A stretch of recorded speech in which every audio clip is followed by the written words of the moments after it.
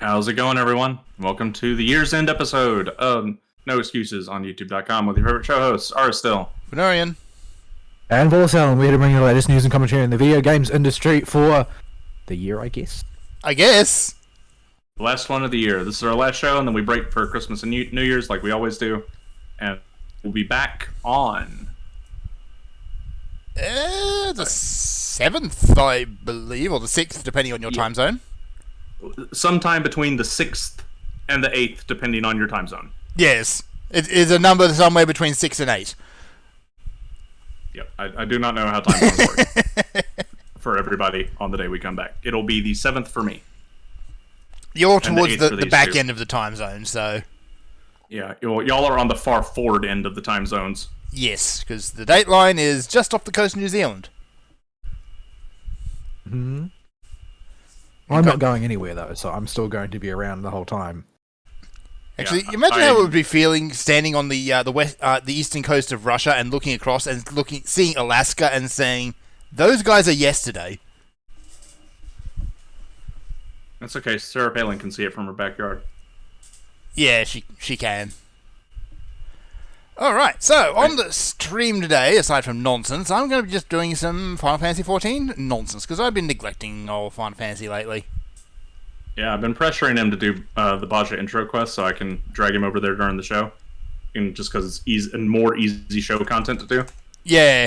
And I can rope him into it when I'm trying to farm stuff there, because the Baja grind is a million years long. Yeah, but first, before I'm going to go do an unlocked... I'm going to go unlock that during the show today and get that squared away. But first, I am going to finish off this infernal relic weapon quest. As soon as I remember how they want Francesca to be spelt. Without that. Which one is that? Get 10 bones and stuff, and then 10 of the company seals item, or 4 of the company seals items of each? Yeah. Or just grab them off the auction house because they're cheap. Yeah, well, you can get the company seals items for that way. The unidentified stuff. Hope you got a lot of tombstones to drop. I've already done that bit. Yeah, that bit I just finished. Oh, whoops. I was using that as my main tombstone dump forever, was those unidentified items, and I just finished getting all the ones I'll need for all the anima weapons, and I've been working on it for like a year. Yeah, it doesn't take that long to grind those out if you're really focused on the poetics. But the poetics... I mean, once you unlock Baja, poetics become... you'll be swimming in them. Yeah. The main dungeon for Southern Front by itself gives 400 a run. Or 500 a run. Guaranteed. And every critical engagement gives, I think it's 70. And every little fate gives 30. I see. Also, so you are swimming in poetics. I just accidentally bought way too many axes. So I need to get old That's okay. Smiggins here to give me some money. Well, you can just hold on to it for your next weapon. I could do that. Yeah, that's what I did. I just kept a full supply because I bought them off the auction house when they were cheap and did some data server hopping to find the cheapest ones. And then just sold them all. What's it split? So yeah, I'm not going to apologize for the mess that is my inventory either, because that just kind of happens. At least it's not Ball's inventory. It's pretty bad at the moment. Don't you be down on my inventory. I'm gonna be down on your inventory. It gives me a headache every time I look at it. One day it will be clean. One day. Yeah. I meticulously keep my inventory organized and clean. It's organized. It's organized chaos. Yeah. That's some degree of organization, at least. You keep telling yourself that. I know where everything is. Sort of. And if you believe hard enough, maybe it'll be true. Oh dear, oh dear. So yeah, just gonna keep on chipping away at that. Did we do the shtick? I forget if we did the shtick. We did the shtick. I don't think I did finish it. I don't think I finished it. First of all, if you'd like to get involved with the show, you can do so by emailing us at noexcusesvtw@gmail.com, or you can follow us at noexcusesvtw, the new and improved Musk tweeter. But certainly more entertaining. If you want to pay it, go for it. You can join us in our Discord server, which you can get to by clicking on the link that will be provided in the show description underneath the show archive on YouTube. Yes, indeed. So yeah, the only motivation for me wanting to pay the $8 is because it makes people mad that people do it. Did they turn that system back on again, or I thought they were going to? They've launched it a couple of times now, I think, and they have got multiple different kinds of checkmark. Yeah, like, you may have seen that there are yellow ones. I love that's that. for companies. I used to believe it was supposed to be. Yellow one's Media Corps. There's a special one for government orgs, which I think was the grey one. And the blue one, well, there are legacy blues, and then I think that there are new blues, but I don't know if they've come out yet. Yeah, and he said he's going to discontinue the legacy ones and move them all over to new blues. I don't know if he's followed through with that yet, or that's still his plan, or what's going on with it. Yeah, there's so much up in the air at the moment because, oh boy. Without going too deep into down that rabbit hole, because we could be here all day talking about the stuff that's been happening over at Twitter. Some people are going to jail. Rabbit hole. Oh, it's a fun rabbit hole, but yeah, someone's going to jail. A lot of someone. Well, I mean, Twitter, if nothing else, is much more entertaining than it used to be. Yeah, I mean, it's still an absolute cesspool because that's just the nature of social media. But at least it's an entertaining cesspool now. Oh, the amount of people that have been losing their minds nonstop that think the sky is falling. That sky is falling awfully slow, but they genuinely think it's falling. Yeah. Whatever works for them, I guess. I mean, I guess. It's great fun. So yes, we didn't do weeks last week, and the week before we did Deep Rock Galactic, and I skipped my week that week because I can't week and try and video game at the same time. Alright, what am I missing? Am I missing the seeds? I thought I picked up the seeds. You can turn in Beast Tribe Daily Quest stuff for it too, and there's nothing really else unless something that you can spend Daily Quest tokens on, so beep it's boop. worth it. I don't think you can get the mouse with the whatchamacallit. Oh, that's right. That's just Gil and Rep. Why in the heck wouldn't you? I mean, I am all for wearing horrible costumes on a Hrothgar because that's half the point. You play one. Well, it's not even a costume that's stand out. It's just an ugly shirt that's a little floofy or something like for the crypto one. It's terrible. It's not even offensively ugly. It's just bad. It's just bad. It's not funny. It's not a full costume. It's not like, the Kupo head or whatever. Oh, that weird elephant costume. Yeah. I have half of that costume. I have enough tokens for half of it anyway. Because you get it through the rare zone fate in not India. Oh, right. And I popped once when the daily quest started there for me, when new instances kept being created to accommodate all the new people. Right. So while I was doing the daily quest one time, one guy shouted in chat that he popped it.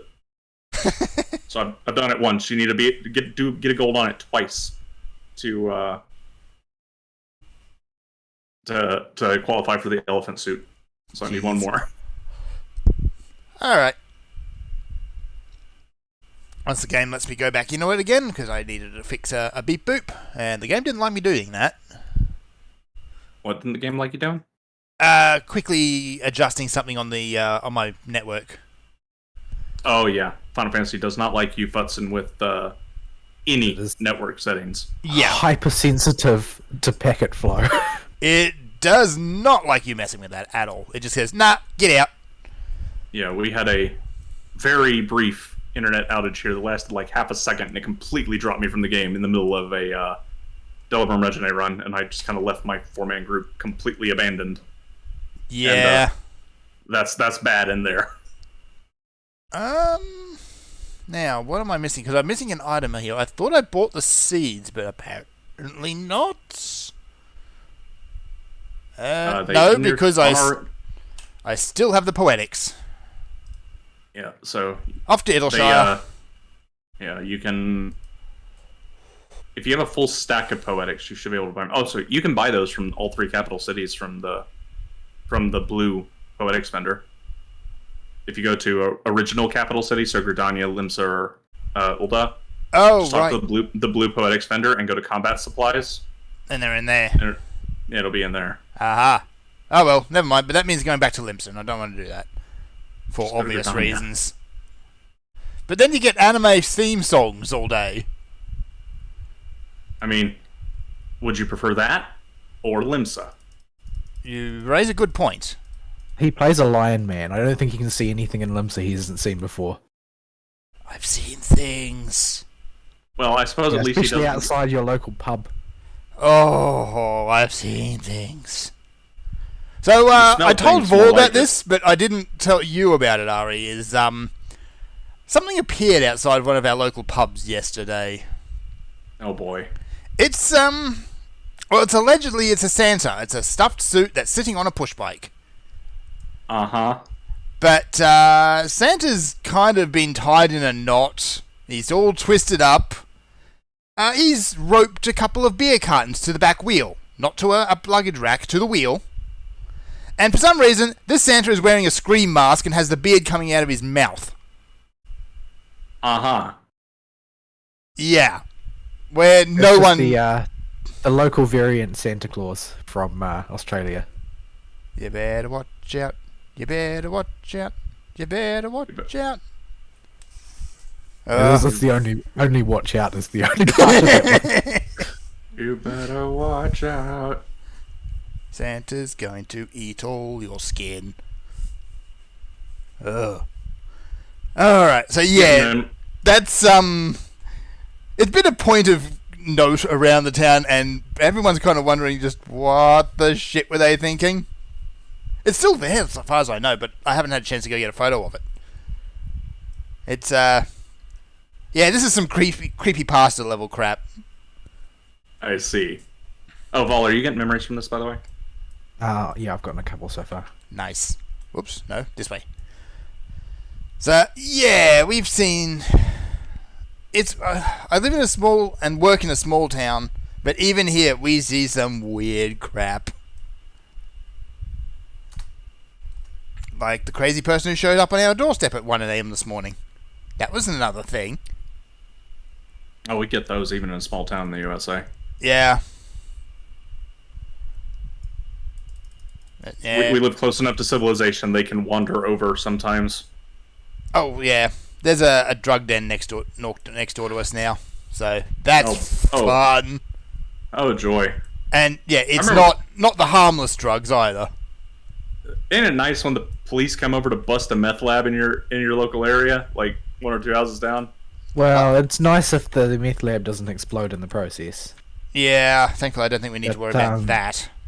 People are usually quite happy about that because of the noxious fumes tend to make people ill. Yeah. So, You can always tell, especially at nightfall, you can tell which houses are being used to brew meth. Yeah. Yeah. Because of the haze that hangs around in the eaves under the house. And there's kind of a yellow stick to some of the walls if they're very bright white, even on the outside. did I? No, I mean, no, you can tell because of you can see it when the light is not too bright at early in the morning. You can see a sort of a shimmer that hangs under the eaves of the house from like the eddies and the fumes. Just the light refracting through the chemicals. Yeah. Yeah. I had a neighbor get busted for having a meth lab in their house once. It was my next door neighbor back in my old neighborhood. He got arrested one day, and the police raided the house and quarantined it. Yeah. Thankfully, I don't think there's a lab next door. They're just dealing, but that's bad enough because you see cars coming through at all times, and half the time we're driving it. But people think they're being sneaky by like jumping out of the car a few doors down and then walking up and then walking back. But no, we know exactly what you're doing. Nobody's going to be able to tell what they're up to. Not at all. Yeah. Mm. I mean, the local fuzz know that you guys are for reals, so can't you just call them to bust it up? That's... yeah, we're getting into wonky territory there, but...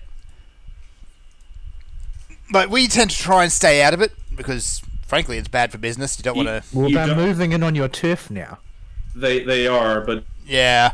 angering the other local gangs if they get found out as the ones that busted them. Yeah.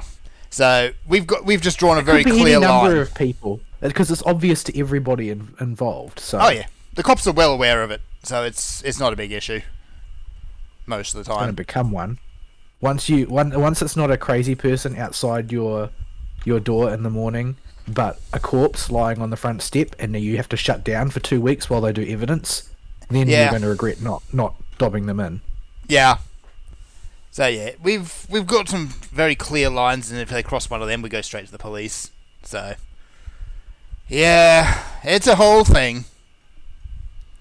But let's not talk about any more of that nonsense. We should jump into weeks. Here we first. Also, I am unlocking a minigun. Congratulations. There it is. It's awesome looking. That is one of the coolest looking machinist weapons in the game. And yet, still, machinists get some of the dumbest as well. Well, everybody's got their share of dumb weapons. This is true. I mean, look at this thing. It's glorious. I might actually need to use that on my glamour now. Remember to get the replica so you can put it in your glamour dresser. Yes. I think the vendor's back over near the Aetheryte here, from memory. It should be near the dude. Isn't it a node? I think it's a node here, yeah, in Azazlar. Yeah, go talk to the computer dude. Yeah. Talk to the little glowy fairy dude, which is incredibly bright and they somehow still haven't noticed. So anyway, weeks. Haven't done a whole too much this week and the last week. I did finish Pokemon Crimson, and Was it worth it for you? it actually was. The end game is very challenging. There's a couple of boss fights in there that are just seriously tough. The big bad, I guess you could call him for want of a better word in this case, has a suitably pointless and stupid story, as is tradition for a Pokemon game. In this case, it's I've made a time machine that lets Pokemon come through. I'm going to leave this thing running, and nothing bad is going to happen, right? Which one had the green-haired hippie in it? That was black and white. Black and white. Right. So yeah, the stories tend to be very, very dumb most of the time, and that's fine. It's kind of what you expect. The reason I recall the green-haired hippie is that I remember his storyline being so dumb that it could be from a real eco-terrorist. Yeah. Because eco-terrorists tend to have really stupid reasons for becoming eco-terrorists. Wasn't he? He was raised by a grade A bastard, if I recall from that one. Guess this. Like, he's one of the genuinely evil characters in the Pokemon universe. But, yeah, half the time the characters in Pokemon aren't evil; they're just stupid, Or they're just soccer fans. or they're just soccer fans, or simps.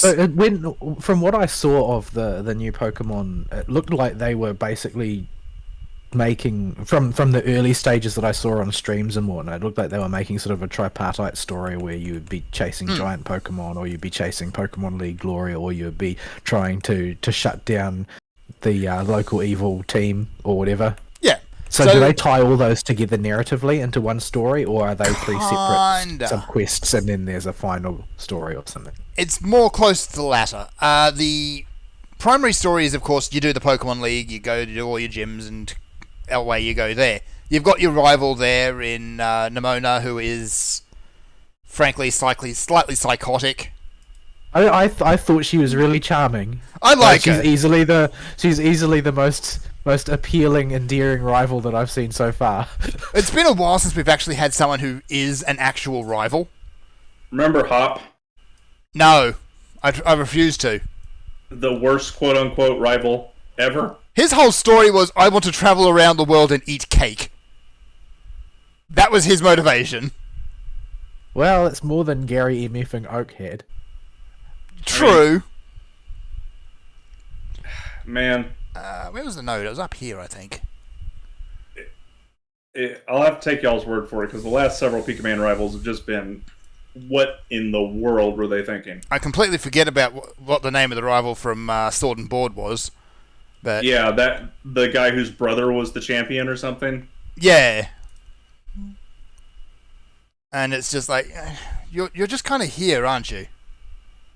I liked Gold and Silver's rival. He didn't have a whole lot of character to him, other than being Team Rocket's Giovanni's kid or whatever. But he just like this, more than a delinquent punk, he is a criminal. He just breaks in and steals his Pikaman. Yeah. I feel like Giovanni probably has a lot of illegitimate children floating around. He seems to, doesn't he? So yeah, the three plots. Yeah, you've got your Pokemon League plot, which is the same run we've always done. The Evil Team plot is all about bullying of all things, and how they've good. basically become that which they despised. That's another one of them red flag topics these days, where I just don't trust any modern writer to do it right. Yeah, they don't take they take a very light touch to it, so it's not I'm too big a deal. perfectly all right with them using it, provided they stick to the Saturday morning special and they don't try and be clever. Which is what they've done. And the third story is, the Titans one, where you're going around trying to gather herbs in which to not only get your legendary bike back to its full power, but also heal the character de jour's ace Pokemon as well. And that thing will then promptly turn around and wreck your face, because it challenges you, of course. That story flows into the finale story, where you go into the big old hole in the middle of the map, and there's the Paradox Pokemon in there, which are the ones from different times, which don't have a whole lot of imagination behind them, admittedly. So is there some reason why these Pokemon are really big, or did they use the infattening skill and get stuck or something? No, that's pretty much it. They're just big. But the Paradox Pokemon are allegedly like from the past / future, depending on which version you got, and they're more powerful because reasons. Find paradoxes make you super powered. Yes, apparently. So yeah, I mean it's nice, not bad as far as story goes. It's got a few little cutscenes. I think they could have done a lot more with it, and actually add some voice acting in it. Larry seems to have become a breakout character of all things. The normal type It seems gym. like they're rushing very, very problematically down the just rush to release to get a new entry out pathway that so many franchises have in the past. Yeah, the fact that Pikaman still doesn't have voice acting by 2022, when not only do they very obviously have the budget for it, they have if they wanted to, they would have the time for it. And it's not like the Switch can't handle it. Yeah. Those cartridges have plenty of space on them. Like they see, the Switch can't handle having all the Pokemon on it, but then you just point at Xenoblade Chronicles. 2 or 3, take a pick. I think that I can think of one good, if really cynical, argument not to. Other than just, we'll save money. And that's, if they hold on a few more years, then they're going to be able to gain access to procedurally generated voice libraries and do all their voice acting algorithmically for a fraction the cost, and they won't have accidentally entrenched any existing actors as fan favorites. Yeah, which is the risk if you start late in the piece. Mm-hmm. So there's an argument to just wait until you can do it by algorithm. I really hope they don't go down that road. I think that's the route most games developers are going to go, because it's going to be just that much cheaper. The voice actors are all like ridiculous divas anyway. Can't argue with that. Yeah, especially after you have stories like Bayonetta's original voice actress, who had a fit because her character didn't get as much screen time. Yeah. Yeah, that was for as far as anybody can tell after the fact, that was a pure greed and vanity shit fit. Yeah. So yeah, under everything, the 2 new Pokemon games are really, really good, but they rushed it out the door. And the bugs, oh lord, the bugs. The boogs. They put out a patch actually, which did address some things, But primarily, it was about balancing in order to get it ready for the annual Pokemon League tournament. I have stopped giving points to developers for even if they patch the game in a timely manner. Like, unless it is a literal day one patch, then they get no points from me. It's like you shouldn't have launched it like that in the first Giving place. them points for it was a mistake. That's the problem. That's why they do it now, is that we gave them credit when they fixed their mistakes, but it turned out that we should never have given them credit because they didn't deserve it. Yeah, like a day one patch is fine because it's not uncommon to find bugs after everything's gone gold and gone to print. Well, the game at that point hasn't been released, but by the time that thing is in people's hands, it needs to be able to be in a playable state. It needs to be fully playable, exactly. It needs to be finished. Yes. And this game, it just wasn't. They needed to... oh, here it is. It just needed a little bit more time to iron out all the bugs, and it would have been fine. I'd like to be able to play the game without it crashing randomly, for example. I'd like to look at some flora without it dropping down to 5 FPS. So yeah, there's all that. The end game is... It's got interesting. It's got some Chinese-inspired legendaries you can go and get after you do a hide-and-seek with some black nails that are around the world. Oh, is this Pikaman China edition? Well, you're in Spain. I thought it was Pikaman Spain edition, wasn't it? Yes. Yeah. But the four, they call them the Relics of Destruction. They're artifacts that have apparently become Pokemon. I don't know. I don't think about it too much. There's a lot about Pokemon biology that makes no sense. Yes, like pretty much everything. Yeah. But so yeah, they've got a thing after all. They've got Chinese names which apparently have a lot of meaning when you actually read them correctly. But yeah, whatever. But yeah, you involve in order to get them. There's a big old evil-looking door, which you can unlock a map marker to show you where the evil-looking door is, but no map marker to show you where the 8 nails for each door is. So that involves a lot of roaming around the world and hoping you can actually find them. 8 black nails sounds like a rather edgy collect 'em up for a Pokemon game. Oh yeah. Yeah. It's like that's the sort of thing I would expect an angsty goth kid to come up with. Yeah. So yeah, you pull all the nails, which you can actually do before the end game if you find any of them around the place. So you can start getting ahead of that, and a lot of them are fairly easily accessible if you need a bike upgrade, legendary bike. The rest of the end game so far, I haven't delved too far in it, but it's like, congratulations, you've saved the world from some idiot leaving a time machine turned on. You know, you're the champion now. And as the existing champion, I couldn't be asked doing my job, so you're going to go do it for me. Go to the gyms again. That's it. That sounds incredibly lazy, even for Pikaman. I mean, the current, or what do they call it, the La Primera, the head champion, or whatever they call it. You don't actually take her spot in this one. Like, she's head of the... You're a champion, but she is kind of like the head of the Pokemon League. Yeah, but champion's a dime a dozen now, it seems. Yes. Like, Nimona gets to start as a champion. Yeah, she starts the game as a champion. It's like getting a prestige class on character creation. It's not fair. She does play nice, though. She gimps herself throughout the game. And like I said, I like her a lot. I think she's a really charming rival character. And she kind of wears her motivations on her sleeve. And she might not be a stable member of society when she grows up, but... Given Pokemon Society, maybe it will go unnoticed. She spends the rest of her life jumping out of bushes at people saying, "Battle me!" Well, that's considered socially acceptable behaviour in that world. Yeah, so. that is actually, that seems to be not just the retirement plan, but the day job for several people in that universe. I mean, they've got nothing better to do than stand around in the bushes waiting for people to walk past. Talking about how much they like short pants. Yes. And they're top-tier Rattatas. Hey, Joey. Hey, Joey. So yeah, it's a good game, and there's a lot to recommend in it. But yeah, it's not finished. You should have finished it. It's bugged. Yeah. But the Christmas release window, bruh. Yeah, they're Pokemon. They don't need the Christmas release window. Yeah, that's the thing. I really am frustrated with people obsessing over the Christmas release window. Like, Especially, it makes especially little sense for franchise games like Pokemon, like Dark Tide.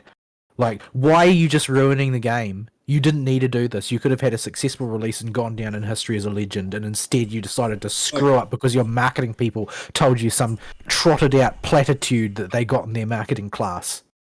Like, this ain't the greatest example because when it released, it did have problems. But Elden Ring came out outside the release window and did just fine. And until it hit the ground, only the Dark Souls fans were really looking at it. Well, to be fair, like, Dark Souls people tend to expect a certain amount of jank. Yeah, so not the greatest example in the world, but still, it didn't need that Christmas release window to do that, and it was the biggest, hottest game this year. Unless you listen to the Game Awards, then, well, it technically won. It was not the one that the critics wanted to win. But, yeah, I just don't think the Christmas release window has as much pull as it used to. Especially since in the US, you still get the lines for like Black Friday and stuff, and all the stores still do doorbuster deals, but it isn't anywhere near as big or bad as it used to be unless you live in very select suburbia areas. So you never really reported on that, but was there any visible sort of impact on Black Friday behavior from market conditions? Other than the morning of Black Friday, or the Saturday, or rather, no, that Friday. I'm losing my mind. Other than that, that day, no, I didn't notice anything other than a little bit more traffic. Because I know that, we didn't really have Black Friday here until recently, and because it was just copied from the US. But used to be like the Boxing Day sales that happen the day after Christmas used to be ridiculous amount of foot traffic in all of the cities. Like, people would be out there looking for whatever bargains they could get. It was really busy to the point where once it really started to pick up in popularity, by the time I sort of hit mid-high school, my family stopped going into town on Boxing Day because while there were sales, it was just so inconvenient getting around that it wasn't worth the effort. Yeah. Traffic could be really bad probably if I was to go more into the suburbia areas, but I didn't. I went on the interstates, and there was only a little bit more traffic than normal. So I don't think they really did very much, because it seems to be people are just buying stuff digitally nowadays. Yeah, well, and nobody's got any money right now. Yeah. Yeah, that. So, I mean, everybody still did their big doorbuster sales, but I just I didn't see the hype for it that I usually do. Thankfully, a bulk of that's been moved online now too. So it's been on the decline for several years now. Yeah. This year, I barely remembered that it happened until I'm like, oh, right, it's Black Friday when I was driving through town. Yeah. Alright. So, here we go. This is the start of the Bodger quest line. But first, I got to do Rabanasta. Wait, you need to do the raids. I haven't done the raids yet, and you can't do Bodger until you do the raids. The Evilise raids. It's not just raids, it's got a full-fledged storyline as well. But it's a really enjoyable experience, provided that you get a semi-competent group, that is. That's, yeah. Thunder God without a semi-competent group, or just a group that has watched the video once in their lifetime, is an experience. I think Thunder God is sort of like approaching the level of an actual raid boss in difficulty. Like, there's just that you need to do everything right, or everything goes pear-shaped. It goes bang. So yeah, I'm not sure how many of these raids I'm going to be able to do on the stream, because I do like to watch at least a brief video before I go in. I would seriously recommend not trying to do it on the stream. It's a very complicated raid compared to other Alliance raids. Yeah, but compared to the other ones you've done, it is quite the step up. Right. Like most of the Tower of Paradigms Reach bosses don't even reach that level of complexity. Yeah, like, well, you can do, the first one isn't too bad, but after that, they start getting really wacky. I see. Yeah, but I wouldn't risk it. It's going to be painful and embarrassing. But there is a ton of story to get through, too. It's a long chain of quests. Did we both do the raids our first time together, Paul? I don't. Or did I do them with Ava? I don't recall. I think I might have done them by myself. Okay. No, I did the Weeping City raids with you and Avo at the same time. That was the one we did together. Oh, Niagara at the tree. Yeah. So it might be a while. I'm going to push through as far as I can before I hit one of the raids.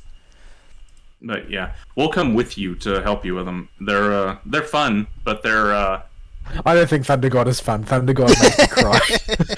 but yeah, Thunder God is terrifying with a group that doesn't know what they're doing. Oh no. Frankly, I find him terrifying when you do know what you're doing. Yeah, I always forget which TG sword is what, even with the animation hints. Yeah, there's a lot of reading body posture and stuff. Oh no. Yeah, that's what I always. He has one move called TG Sword, Thunder God Sword, I presume. Presumably. And Truck ahead. and yeah, and it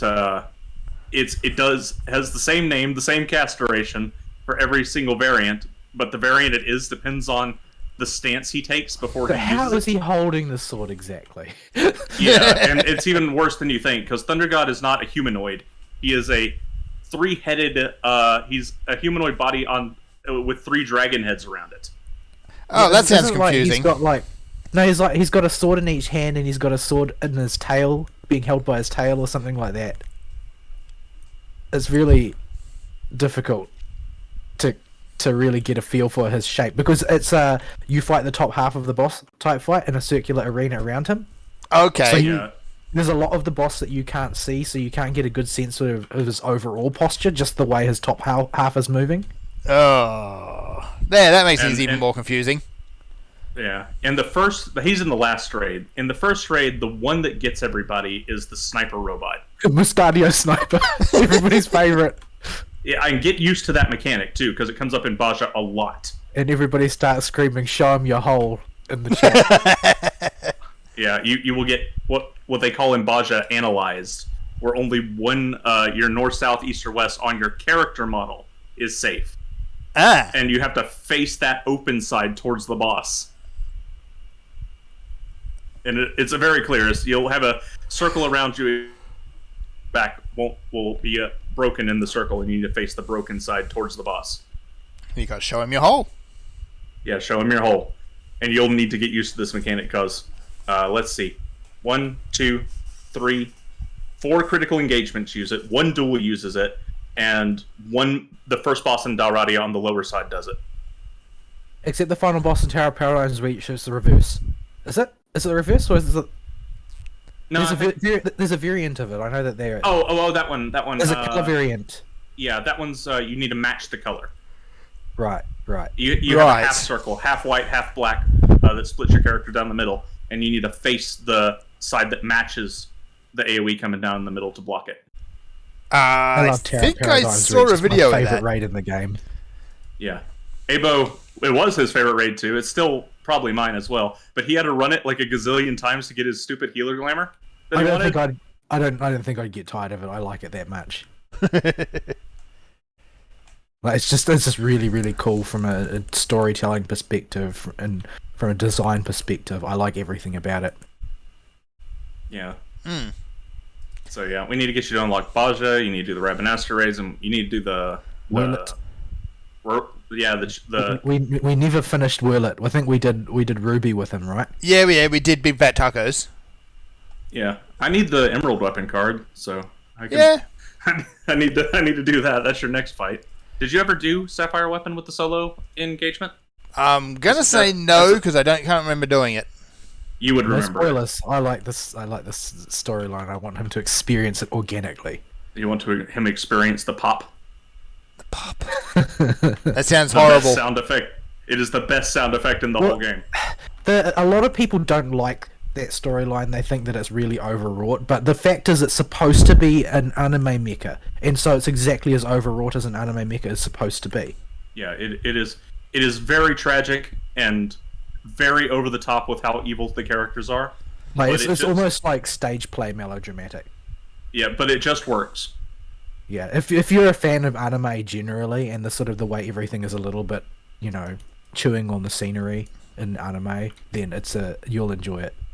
Yeah, I've got so much content in this game to catch up on. It's not even funny at this point. The game it just keeps on giving. It's It just why I does. get so butthurt and all these people like rage quit because there's nothing to do.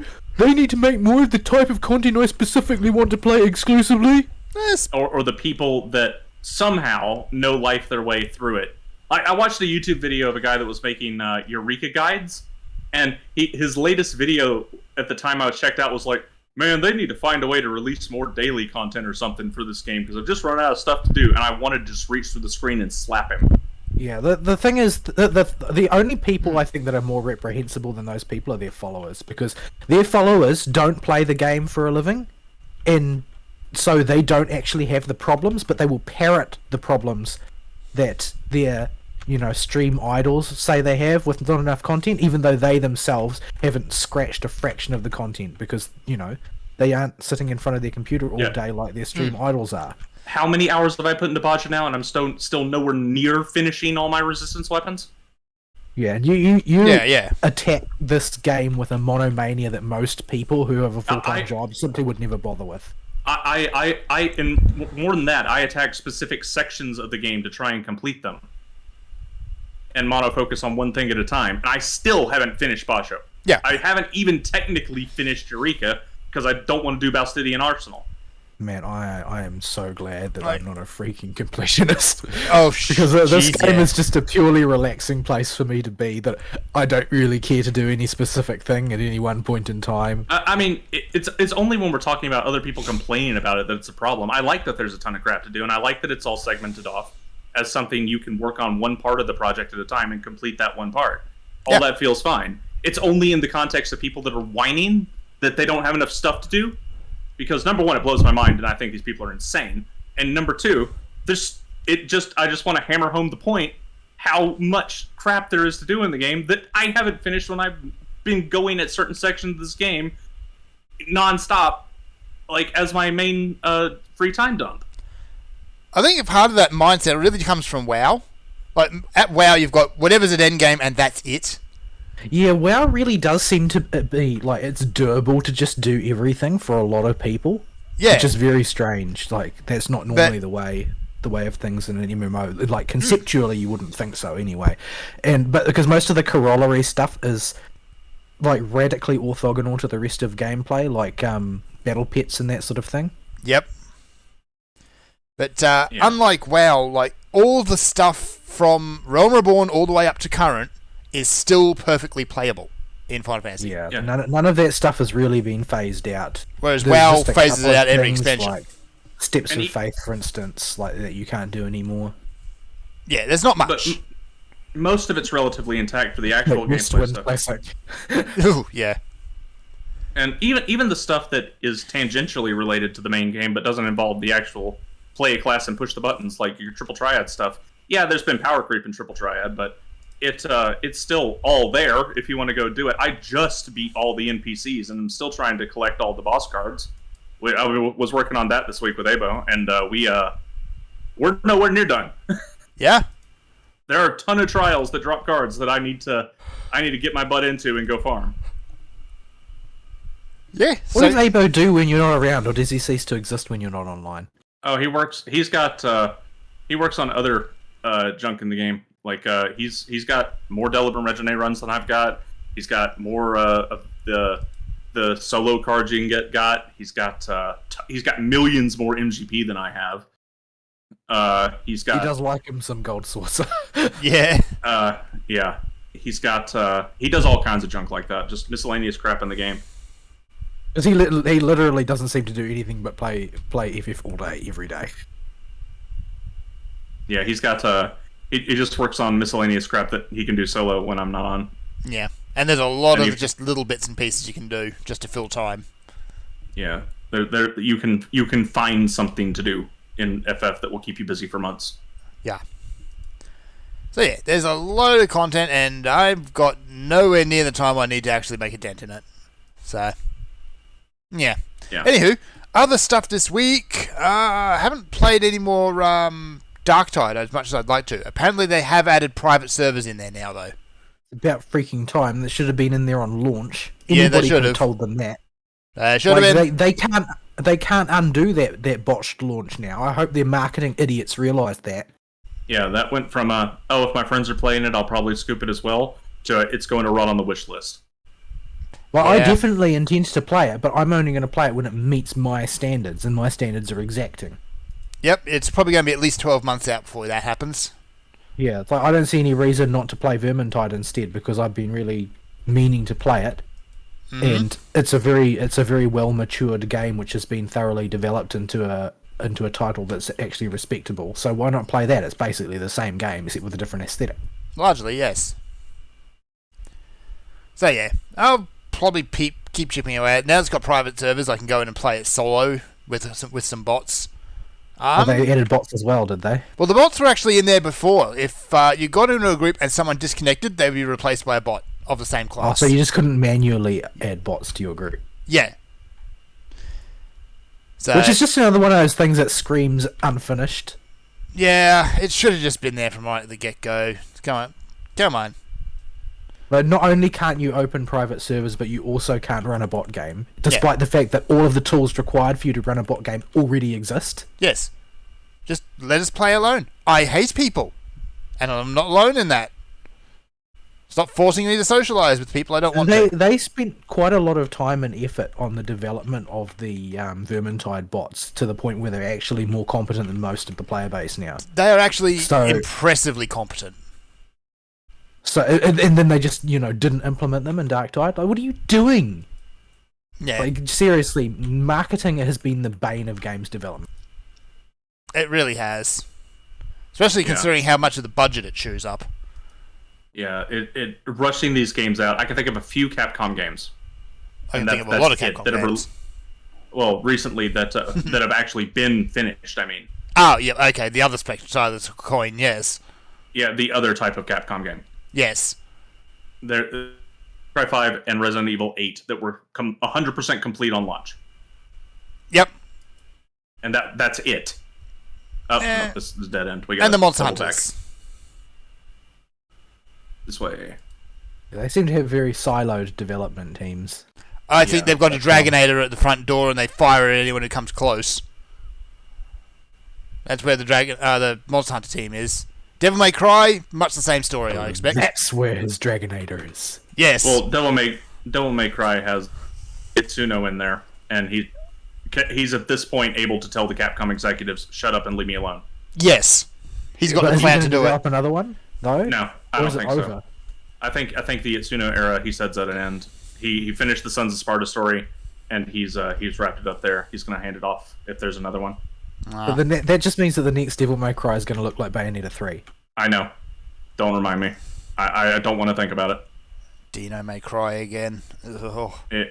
I think they learned their lesson after the sales figures last time, when they literally put both special editions neck to neck, with DMC4 at a significant disadvantage because of how long it's been since that game came out, and it outsold Dino May Cry by a factor of like 40%. Yeah. But the thing is, I think that as far as the way people play those games these days, I think that Bayonetta 3 is actually what they're going to see as the way forward. Where there's a whole bunch of obnoxious extrapolating the gameplay onto some third-party type gameplay because novelty. I'm just worried they're going to do what Hollywood's been doing a lot, and a lot of games have gone this route too. See Bayonetta 3, and they're going to do some crappy passing the torch storyline. Well, they've already done that with. That's what DMC5 is. Yeah, the end of it. Dante goes the passing the torch storyline. Yeah, it's Virgil comes back. Virgil rips off Nero's arm. Dante gets mad and goes, "Gosh dang it, Virgil's back! I gotta go punch my brother in the face again." Nero's like, "Wait, Virgil's my daddy?" And realizing that he wants his family to not die, he goes double trigger to stop them from fighting and punches his daddy instead of Dante. And then Dante and Virgil make up and they go to the demon world to defeat current problem, but Dante is fake. To the extent that those two can even make up. Yes. Yeah, and they go to the demon world together and are now practicing in a practice duel for presumably the rest of forever, but it's Dante in the demon world. He goes there for vacation to eat lunch and comes back every other day. The point being is that it's not beyond the realm of possibility for Dante to come back without some sort of massive ass pull. Yeah. Ooh. Pain. Which is where a lot of these passing the torch storylines tend to end up. They kill off the original character in some contrived, horrible way. If you run them around, I can't help you, Aristotle. I was backing off to find my bloodsucker button. Professionalism. The only other bit of stuff I can really talk about this week is Salt. Because I got my new M2 drive. It turned up and it's all nice and sleek and shiny. It did not come with any screws. Oh, yeah, they usually come with the motherboard. Yeah, and I don't know where that screw went. I thought it was in the box of case screws, but nope. And unlike any other drive, an M2 cannot be mounted without the screw. Yeah, you need that baby screw. Because otherwise it's just going to fall out. How do you even buy something like that? A screw? I assume it's got... I assume it has a part number if it's a major manufacturer. Yeah, I found them, actually, a pack of them on Amazon. You can only buy them in a minimum of a pack of 10, and they come with the standoff as well. For an Asus motherboard, anyway. So, yeah, I'm waiting for those to turn up. Thankfully, they are coming from Australia, at least, so not Denmark, like the M2 did. So, yeah, I didn't realise I was missing the screw, though, until I had my computer dismantled. Yeah, it's an itty bitty baby screw, but you absolutely need it, and you need it to be the right size. Yeah, why could they not just use a standardized screw, like everything else on the motherboard uses? Standardized stuff would be too easy, and they wouldn't be able to annoy people. Well, they wouldn't be able to make more extra dosh off of it. I'm gonna die. I actually hate to make extra dosh off that. I mean, if they sell the proprietary thingamadoodle, and you can only get it from them. So yeah, that screw will hopefully arrive on Monday. So yeah, I'll try to do my full system upgrade then, and that's going to be probably my biggest upgrade until I upgrade the actual motherboard, which will probably be a year or two. Because at the moment, beyond that, there's really no huge rush.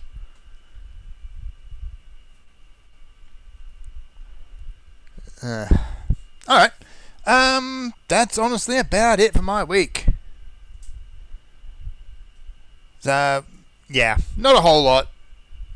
There's just been a whole bunch of work and, the usual weirdness that comes with that. Alright, actually, there is one other thing, and that is Princess Connect Pinecone. Been chipping away at that. I've actually started to hit the level 50-ish mark. And that's about the point where... Did you do the event?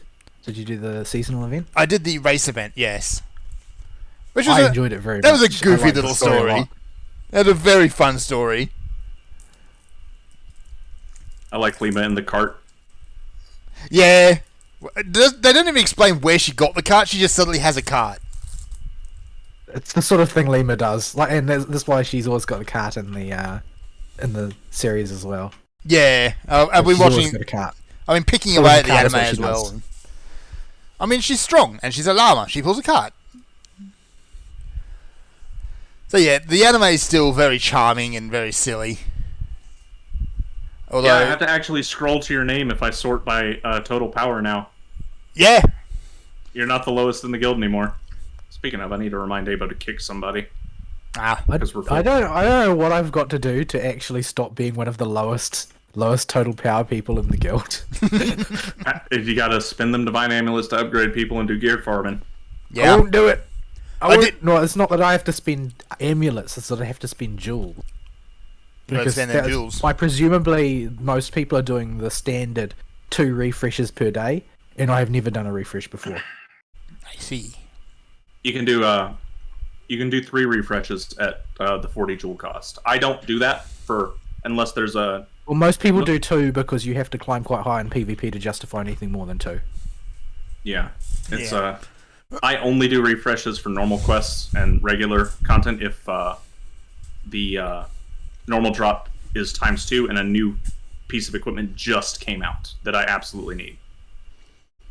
Yeah.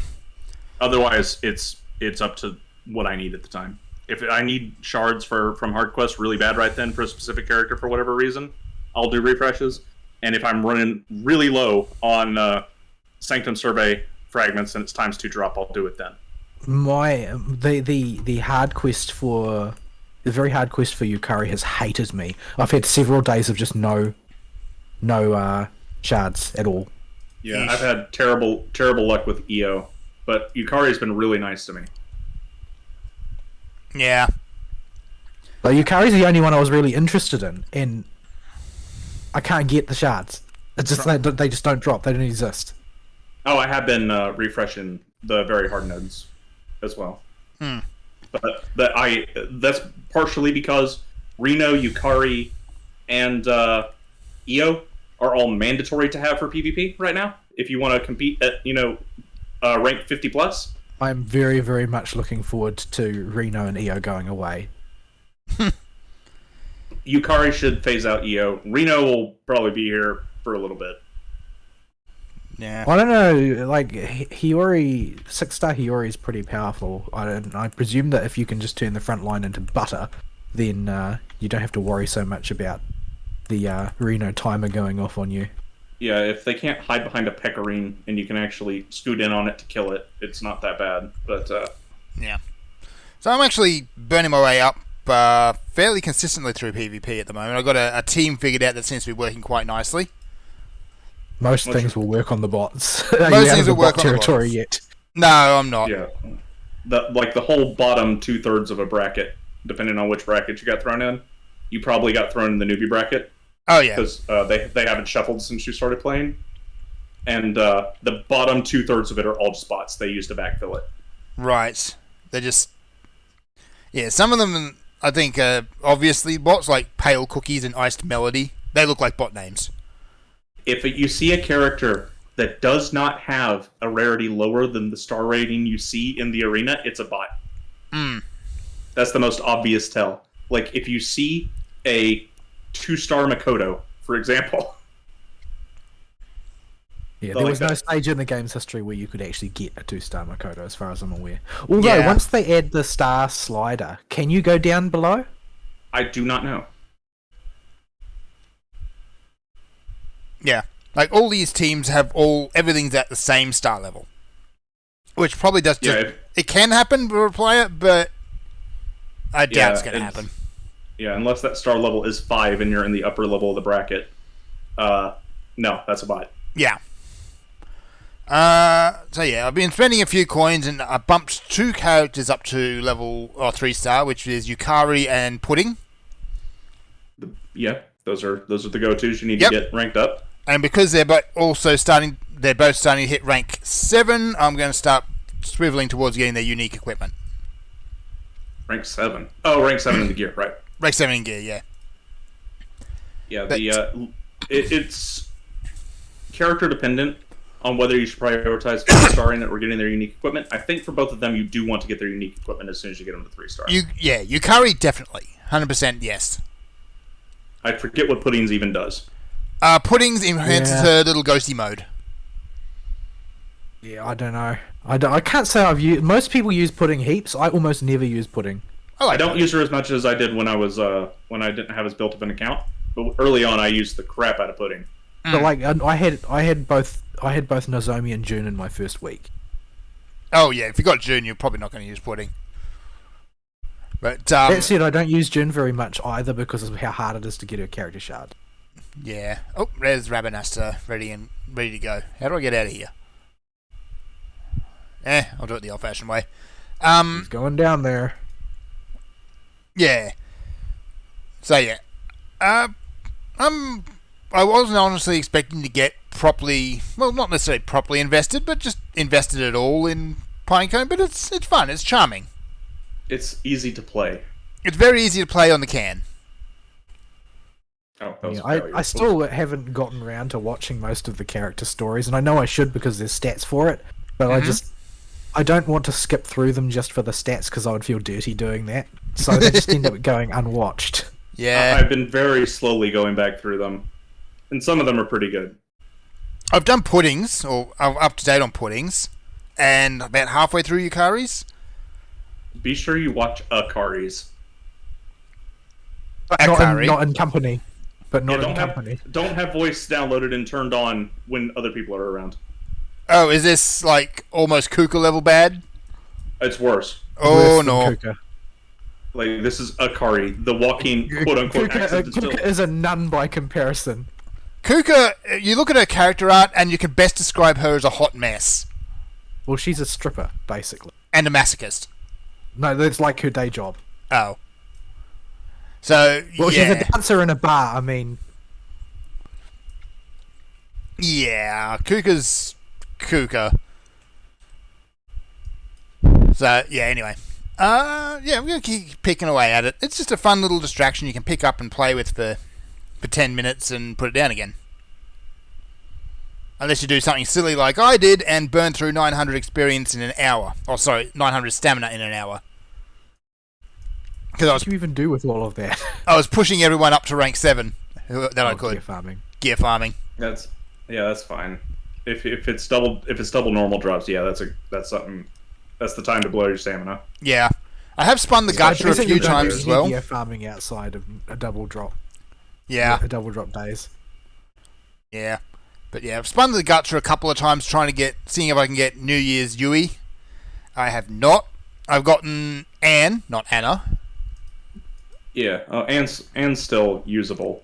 Yep. Less usable now that New Year's Carol is out because previously New Year's Carol before New Year's Carol, Anne had a slot as a magic buffer, but now New Year's Carol looping is infinitely more important than anything else when it comes to a magic team. Yep. So, who is the reasonable to acquire non-limited substitute for the Carol buffer slot?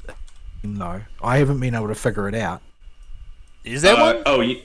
So the eventually Luna will be able to do it. She's a perm, but she's still 3-star. Yeah. There's no way to reasonably guarantee that you're going to get her. That's not now because there isn't a character that can let New Year's Carol survive consistently. Yukari can do it sometimes. Yeah, but, yeah. Using it, your fan New Year's Carol tends to go squish if something targets her. Yeah. The problem with I'll get into that in a little bit, but right now, it depends on the boss, but I think you can get away with Yukari and regular Saren as long as you do not use the Union Burst on any of your other characters, and you make sure New Year's Carol is in the 4th slot. Huh.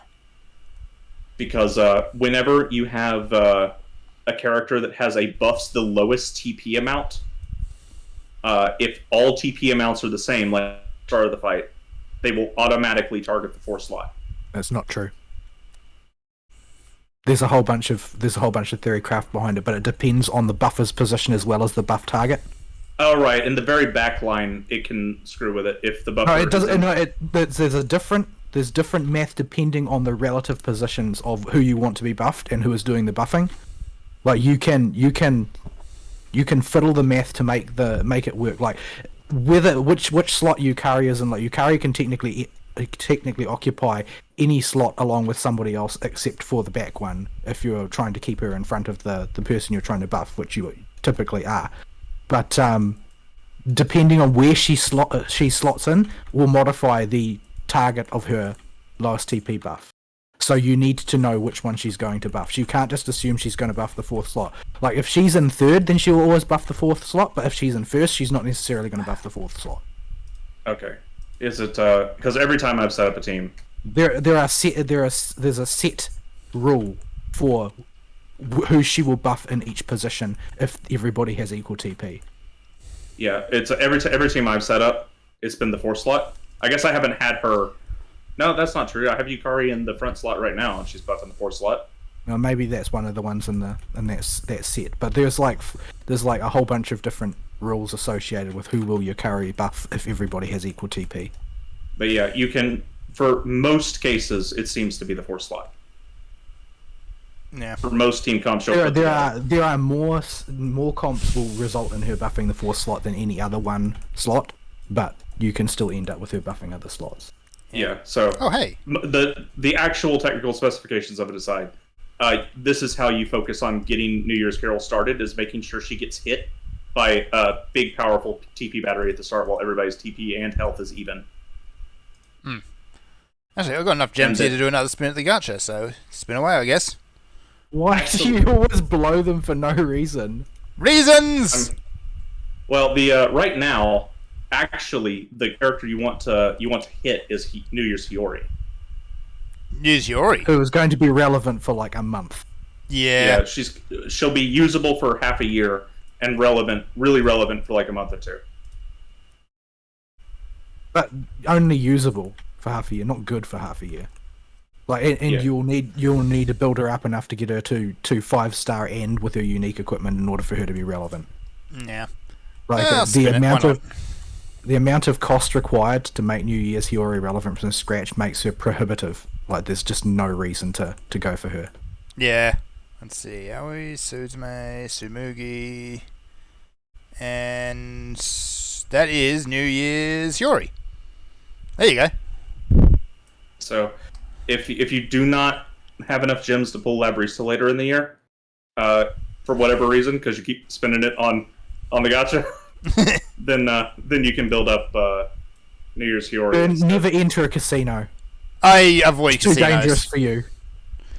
Hey, You clearly do not have the willpower required to be anywhere near one. if I had real money, it would be a completely different matter. But these are free gems, so I'm going to spend them and see what waifu I get. Although, now that I've got one of the New Year's ones, I'll probably stop at this point. Oh, you were asking the damage buffing portion instead of just the TP buffing portion with New Year's Carol. Akari is your go-to girl to get her jump started on her damage up. Yeah. She needs to use her union burst. Mm-hmm. So you have New Year's Carol start, and then when New Year's Carol is ready to fire again, you pop Akari, and she should be able to help New Year's Carol out every 2 to 3 New Year's Carol bursts to get her really rolling sooner. Yeah. I use her on my loop team, Akari, that is, with her. So yeah, fun little game. Great for playing on the can. Yeah. All we're talking about is much of a muchness that most of the time we don't ever engage with. Yeah. We're not The exactly only going to be time the bleeding edge of this game. Yeah, the only time did I lose Vault? Maybe. I just paused because I was doing something on my other screen. But yeah, the only time I engage at the level we're talking about with like New Year's Carol loops is when Abo's pulled ahead of me in clan battle, and I need to be sure that I push myself above him. Ari Or, can't afford to play any game that he's not the best at. He'll immediately lose interest if it becomes impossible for him to catch up. And then, or I feel like just pushing Tower of Luna for a challenge, which has only happened twice. Most months I just let it, the EX's lapse. A Tower of Luna is this is an unmitigated case of you must sit down and invest time, which is why I have made no progress on it. Yeah, You can't just, I'll do it on the can. That's not going to work for Tower of Luna. I have multiple months worth of the EX quests that I just haven't done because I didn't want to sit down and do them. Yeah. So yeah, that's going to be it for my week. Well, what you been up to? Not much. So, I got promoted, Yay! and now I'm the manager. Yeah. Which on one hand means I get a significantly better salary. On the other hand, it means I'm the manager, and every problem is now my problem. Yeah. So yeah, the handover is going to take about a month, but it's one of those situations where all the things that were bad before are now within my power to fix, rather than me being hedged out by, somebody else's bullshit. Mm-hmm. Now I can simply just cut through a lot of that bullshit and say, no, we're making this change because it will make things better, and I'm not interested in hearing you tell me that you don't feel like it. Shut up and do it. Yeah, there's going to be good. I'll be able to eventually I'll find out where most of the skeletons are buried and be able to get things in order. But that means I'm going to be very busy for the next 6 to 12 months. Yeah. Trying to knock things into shape. But what you were Because saying, there's a lot of it's stuff that has been left fallow. A lot of things have not been not being dealt with properly. Like I've got mountains of paper lying around the lab at present simply because there was no ultimate destiny for it, and so it just sort of sits around. Mm-hmm. Because generally speaking, this is the case in New Zealand. I don't know what it's like in other countries, but generally speaking, laboratory paperwork has to be retained for 7 years. Yep. That's the standard. Which means it ideally should live somewhere. You'd think Like so. filing cabinet. We don't have filing cabinets. That's the thing. There's no room for them. Oh, We no. have a literal shipping container out the back. What? That's 7 not. years of paper generated by a laboratory is a lot of paper. It's a lot of paper, but a shipping container is not the ideal place to keep that. Well, I mean, it's what we've got. So I have to make do with what I've got. You can put a filing cabinet inside a shipping container. So, I guess. but yeah, that's what I've got to deal with at the moment. So I'm extremely busy and working extremely long hours trying to, get things in order. And unfortunately, the previous manager is a bit uncooperative, but not for the purposes of being uncooperative, but for the purposes of being cooperative would be effort. Oh, yay. I am so thankful when I was in the fix the business position by taking over all the responsibility I did. I didn't have to deal with the previous person in charge. They were fired/quit. So I didn't have the option of trying to go to them to figure out what happened. I just immediately knew, right, we're starting over. Yeah, well, unfortunately, I have an extremely complicated business to run, which requires me to maintain accreditation with the central government. So Yeah. I need to find as many pieces of the shrapnel of our accreditation as possible and put them in some kind of order before the next audit in May. So, Yes. From your rather extensive lists, you're going to have one hell of a job ahead of you. Do you have and we're yearly short on audits? staff right now. Yes, Yes. every year, somewhere between May and July. The size and scope of the audit varies on a 4-year cycle. We're going for the biggest one in 2023. It's the largest, most thorough audit on the cycle, which means that the following one will be a much smaller surveillance audit, mainly concerned with paperwork traceability, which is still a huge problem in its own way. The third one in the cycle will be a very, very, a deep but narrow dive into one particular area of our work, and then the fourth one will again be a surveillance one, and then we'll be back to the first one, which is the full-scale, several days long one where they send a team of experts to rip the lab to pieces. Yay. Where am I supposed to be going? Oh. So yeah, Yeah, it's gonna I'm be rough extremely for ya. busy right now, and I'm going to stay busy for quite a while. But it's something that I decided I wanted to do because I figured that when the current lab manager resigned, I figured I had two options: either I could take the bull by the horns, or I could run away from it. But ultimately, if I ran away from it, that would mean that I'd have to resign as well, because otherwise, the alternative situation is me doing the lab manager's job to try and hold the car in the road, but not getting paid for it. Yeah. Because I'm the most senior by far, aside from the lab manager, the previous lab manager. So everything would fall to me in any case. So I figured, well, if I'm going to do the crime, I might as well. If I'm going to do the time, I might as well do the crime. Like I'm going to have to suffer for it. So I might as well get paid. I mean, it's not like I'm going to be paid mega bucks. Like it's a nice increment on my previous rate, but it's not going to make me rich. But it's better than nothing. Leave from this one. I cannot take it. Oh, he hit a very, very hard. Oh, it's a Yeah. 20-minute. Yeah, I saw that one after I aggroed it. He's the big zone one. We'll just leave him there. Go do this one instead. Yeah. Anywho, what Oh yeah, about I'm busy. Video games wise, I have not played all that much. I've done like a tiny bit of FF, just like in the evenings when I'm about to go to sleep. I try not to start playing FF too early in the evening unless I know I've got a long evening ahead of me, because otherwise I'll find more and more stuff that I want to do, and I'll look at the clock and it'll be 2 o'clock and I've got work the next day and I'll regret everything. Yes. So, because there's so Yeah. many things to do in FF.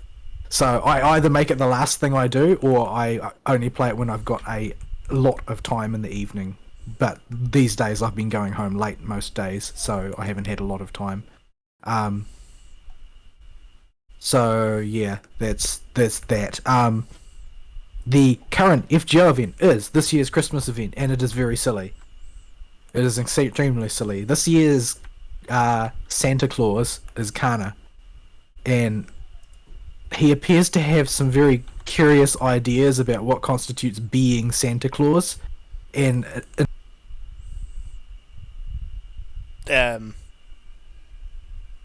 nobody seemed to be very interested in exploring exactly how he came to this conclusion. He just did. Oh, what He's happened Karna, there? though. He on paper, he should be like the best candidate for alternate Santa Claus. Well, you know, things happen to people when they change spirit origin. They don't necessarily stay exactly the same person, and apparently this one has regressed to his younger days when he was training, which is why he's so enthusiastic about training to be a boxer. He was not like the fully fledged hero of charity at this stage of his life. So yeah, he has an interesting take on Santa-ing, and yeah, so the general storyline is that he starts giving out presents, but his Santa power, which is apparently a thing in Type Moon, is being interfered with by an outside force, and they don't know what it is. And it turns out that it's the Dragon Vritra, who has decided to randomly turn presents into sort of like sealed black boxes. Taking a break from his can't- day job in FF. Taking a day job and a gender change. Yeah, That's what you do when you go to Type Moon. it really is.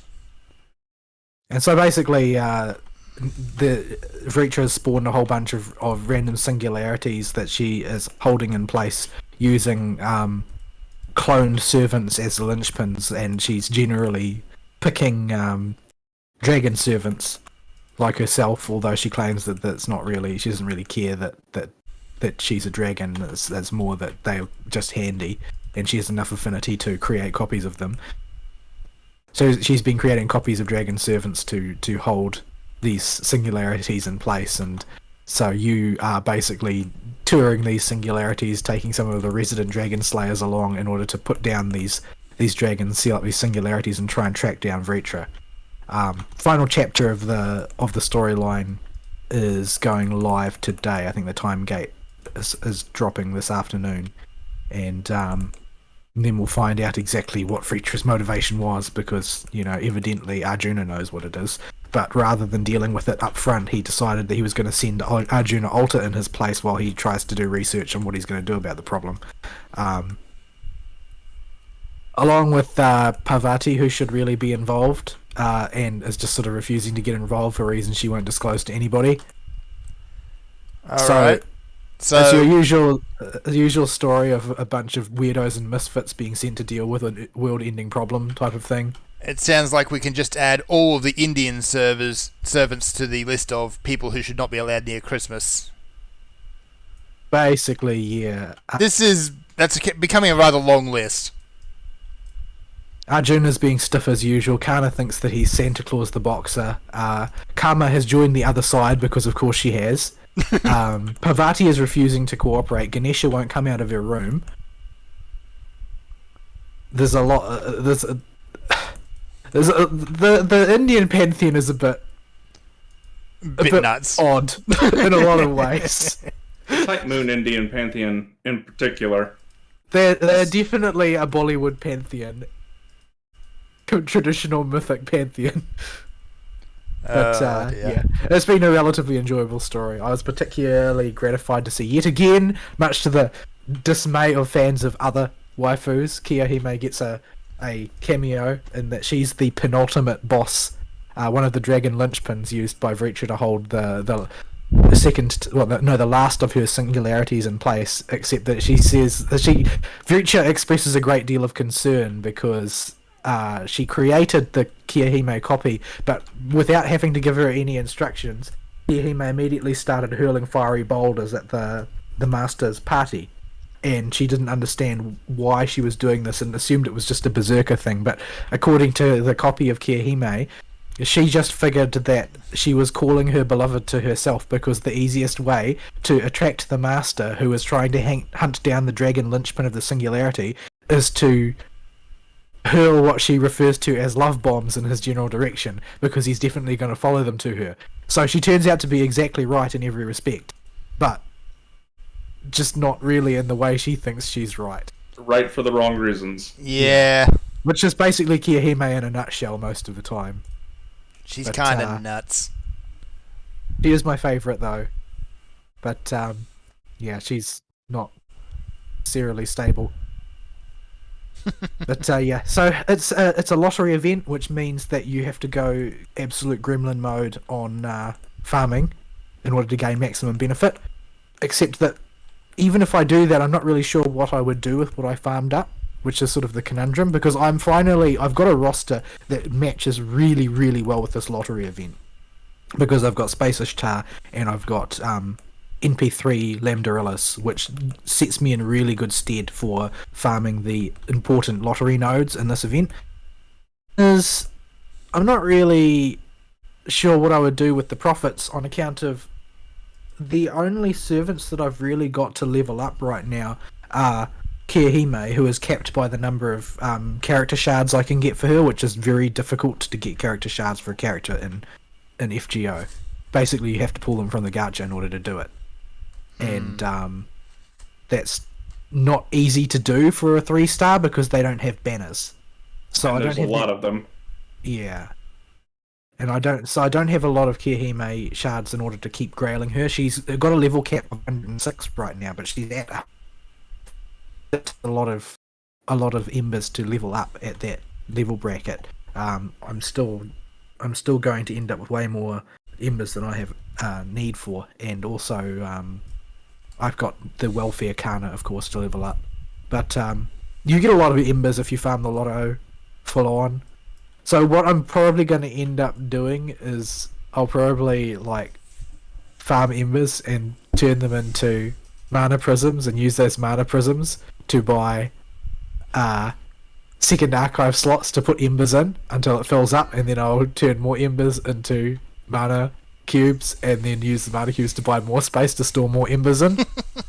All right, they upped the second archive cap quite a while ago, like back a year ago, 2 years ago. If you've got the mana cubes to buy the expansions. So yeah, it's going to be a matter of farming embers into mana cubes and using those mana cubes to buy more like ember 200, space. is it 250 per expansion, or is it more than that? It's not that much. It's I'll check. Let's see. The client is still running. No, it crashed. No, it's still running. Let's see, shop. Mana Prism. Let's see, how many are available?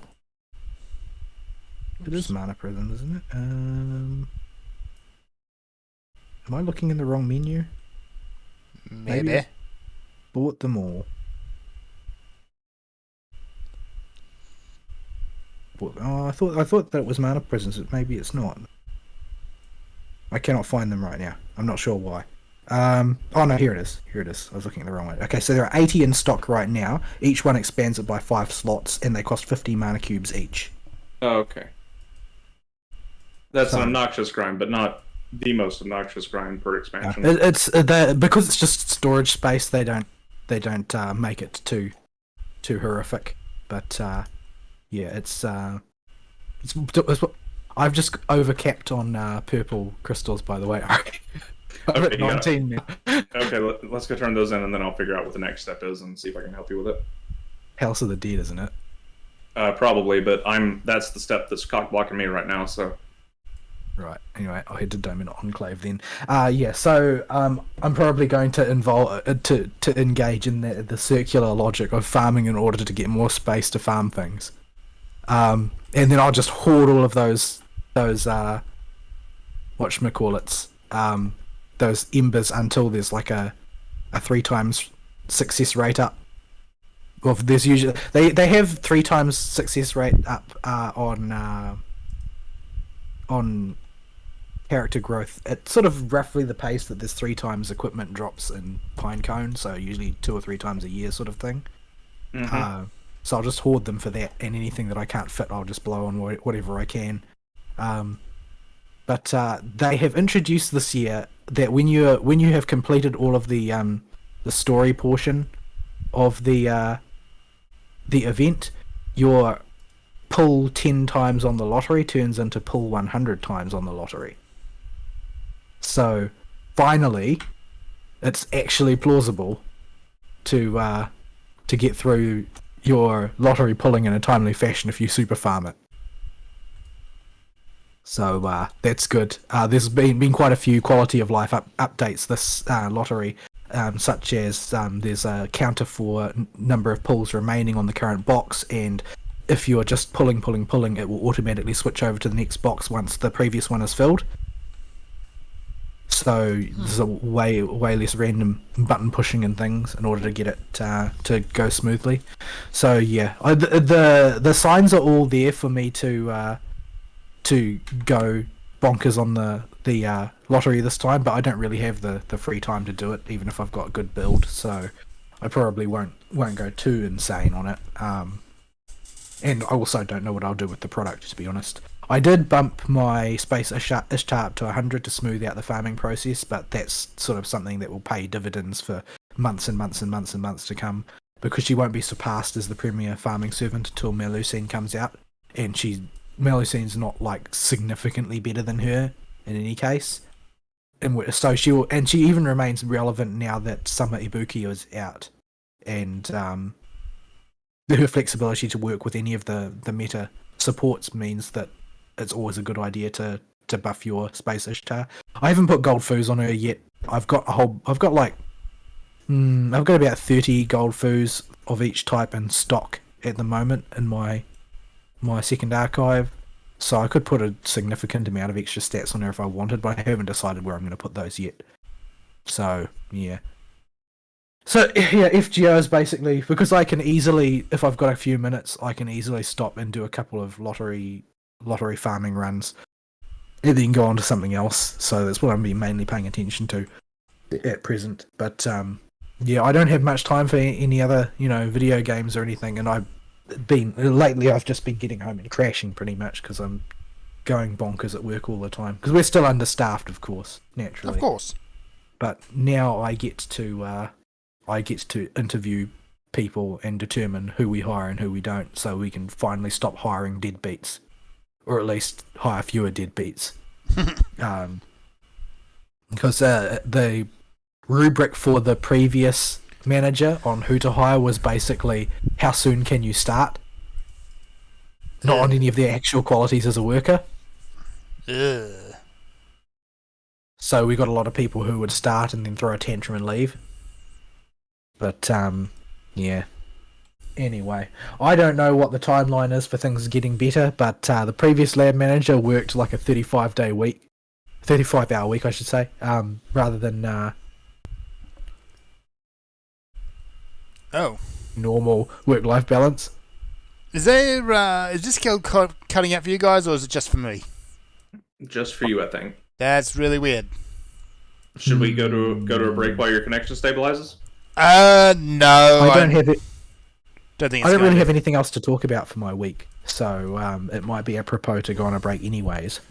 All right, we can do that. I got to the restroom. So let's go to a break. Here's some music, folks. We will be right back.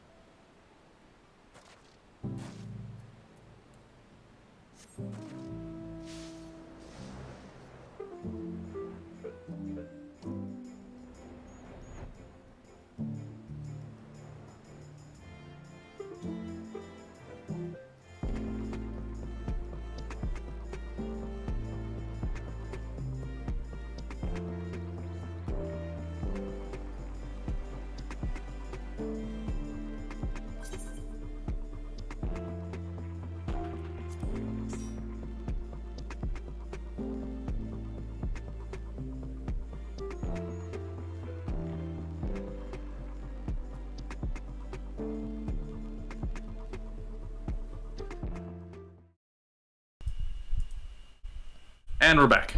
Yes, indeedy. And I'm just going to wrap these last couple of little bits of quest up, and then we're going to Palace of the Dead, because Vol needs it. Oh, I need it too. You also need it. There's a more efficient way to get these, but it's very hard to do that during the show, and you can't do that part.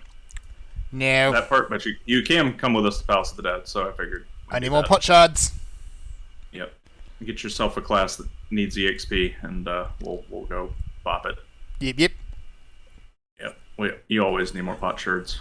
Always. Do I still have standing potions on my bar? I do. Okay, good. Yeah. I don't know, maybe I should start up a new class, because I love Machinist. I love its theming, I love the whole way it works, but it's just suboptimal, I guess, on my connection. Well, not even suboptimal. It's unplayable. The longer the fight goes on, the worse the hit gets, because it's impossible not to drift your GCD on even normal latency. You need a near perfect connection to animation lock yourself perfectly and be able to do the rotation. Yeah. You need to live at the server farm. Yeah. I can't do anything close to the ideal rotation, even with my America latency. Yeah. So yeah, maybe I need to figure out a new class. Like I could play Summoner. For me, Machinist is very much for me a take this one to Alliance raids and main scenario roulette class. Yeah, it is unfortunately just in that wonky state, and the longer the fight goes on, the worse your overall DPS is going to get, because you'll drift harder and harder.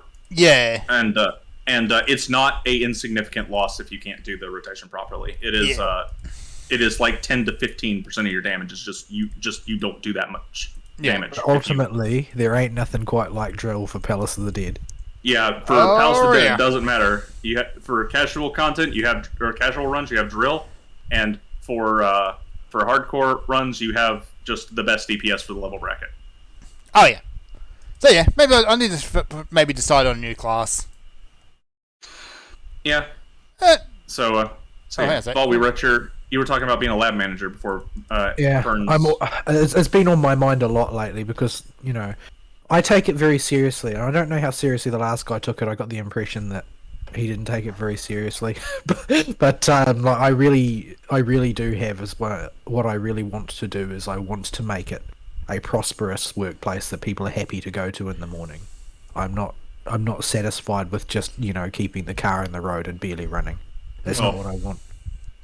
Prosper or happy to come to work is maybe an optimistic one, but at least not want to kill themselves when they come in the door is maybe more reasonable.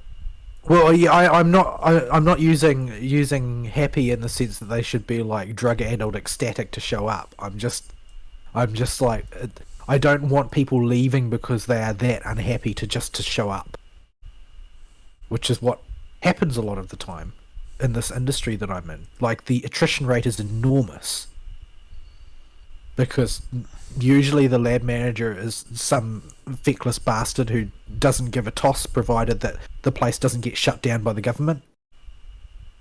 There's a real distinct lack of people taking pride in their work these days, it seems. Has somebody not reset the progress? I'm sure I clicked reset. Let's just check. I've got a slot open. I just opened it then. Okay. Open it again. It might have made the dummy slot. Maybe. It does that some check. I'll just clear my dummy slot as well, and we'll see what happens.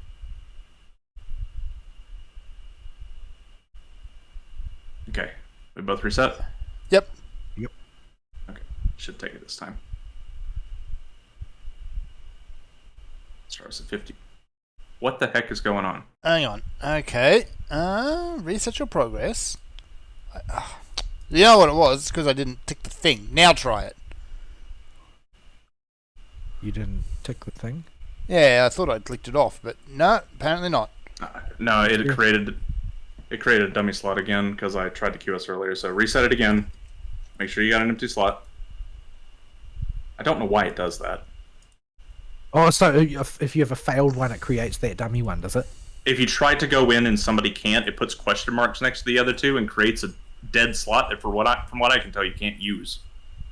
So you need to make sure everybody has a slot that says that doesn't have anything registered to it, so it just says entrance. So yeah. Everybody got. Yep, definitely clear this time. We good. Okay. We good. We good. Okay. Fixed party. that one. 51. There we Yay! go. Okay. So what's our drop rate that we're looking at here? Bad. Bad. It's not. At least it's not mutually exclusive, right? Uh, Like we can both get it or both not get it or whatever, right? correct. It's individual loot at the end. End of the floor set. Every 10 floors. Chance to drop. It increases the deeper we go. But I had good luck the first time I did it, and terrible luck every other time I've tried it. Abo has had terrible luck every single time he's tried it. Yeah. So because I'm going to be busy, I basically don't get much in the way of a Christmas, as it were. I'm going to be around over the entire break period because it's not a break period for me. Although I do have like a couple of days over the course of the entire period that I'm scheduled to be off. But yeah, it's going to be rough. I don't have the sort of support team that I would have liked to have going into the role, but there's been a lot of seniors have left lately. But my I don't know what sort of voodoo the business manager used, but my former assistant, who I was very disappointed when she left because she was very good. Somehow the business manager has managed to convince her to come back, and she's coming back in January. Yeah, that's something at least. And I know that she's competent, so I'll have at least one other competent person to lean on. So yeah, there's at least one bright spot. But I will be around for the holidays. I'm not going anywhere. I don't have the luxury of going to see family. My brother is going to visit my parents, though. He's because he's a code monkey. He doesn't need to be sitting at a desk to work. He doesn't need to go into the office. He can just work remotely. So he's going to take sort of like a working holiday. He'll just bring his laptop with him and spend a good deal of time visiting my parents. Largely because, well, the last time I went to Australia, it cost me about $550 return, something like that. Mm-hmm. Which isn't too bad. It's costing my brother about $1,300 return. Yee. Like, the airfare prices are no joke right now, man. Oh, yeah.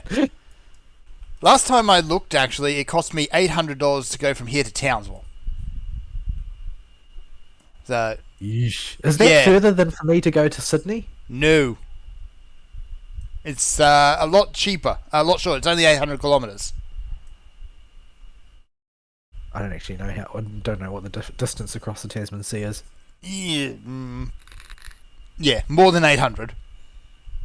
Well, Australia's a big place, so... It is the Tasman Sea what you call that strip of water between New Zealand and Australia? Yes. Okay. Didn't actually know. So it's like your Gulf of Mexico, I guess. I guess. There's no Mexicans involved, but... Anyway. Yeah.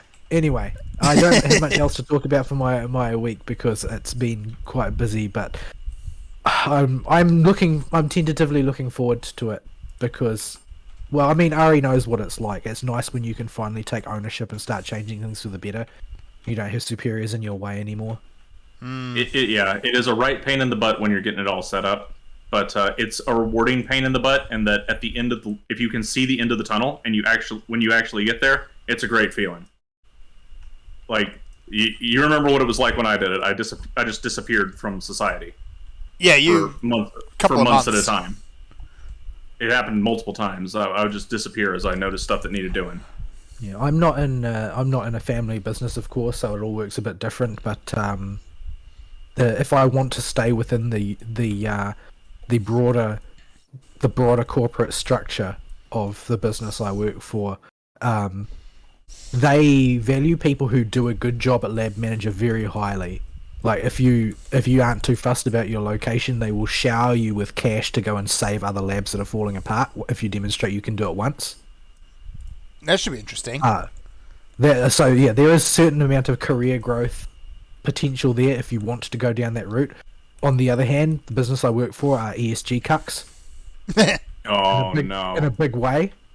So I don't necessarily want to stay there, but once you've got, you were manager on your CV, you can go places with that. so I'm not going to consider it a loss in any sense. Not a fan of the ESG thing, though. Don't really understand why people go in for that stuff. But yeah, I will leave it there and pass it to Ari, who is going to regale us with his deeds of daring do in Bosnia.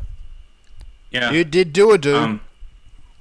So yeah, this week at work has been a nightmare. It's been super busy. I have barely had any time for video games, but I have 2 other weeks worth of video gaming to talk about that I couldn't talk about because I can't play a brand new video game and talk about them at the same time.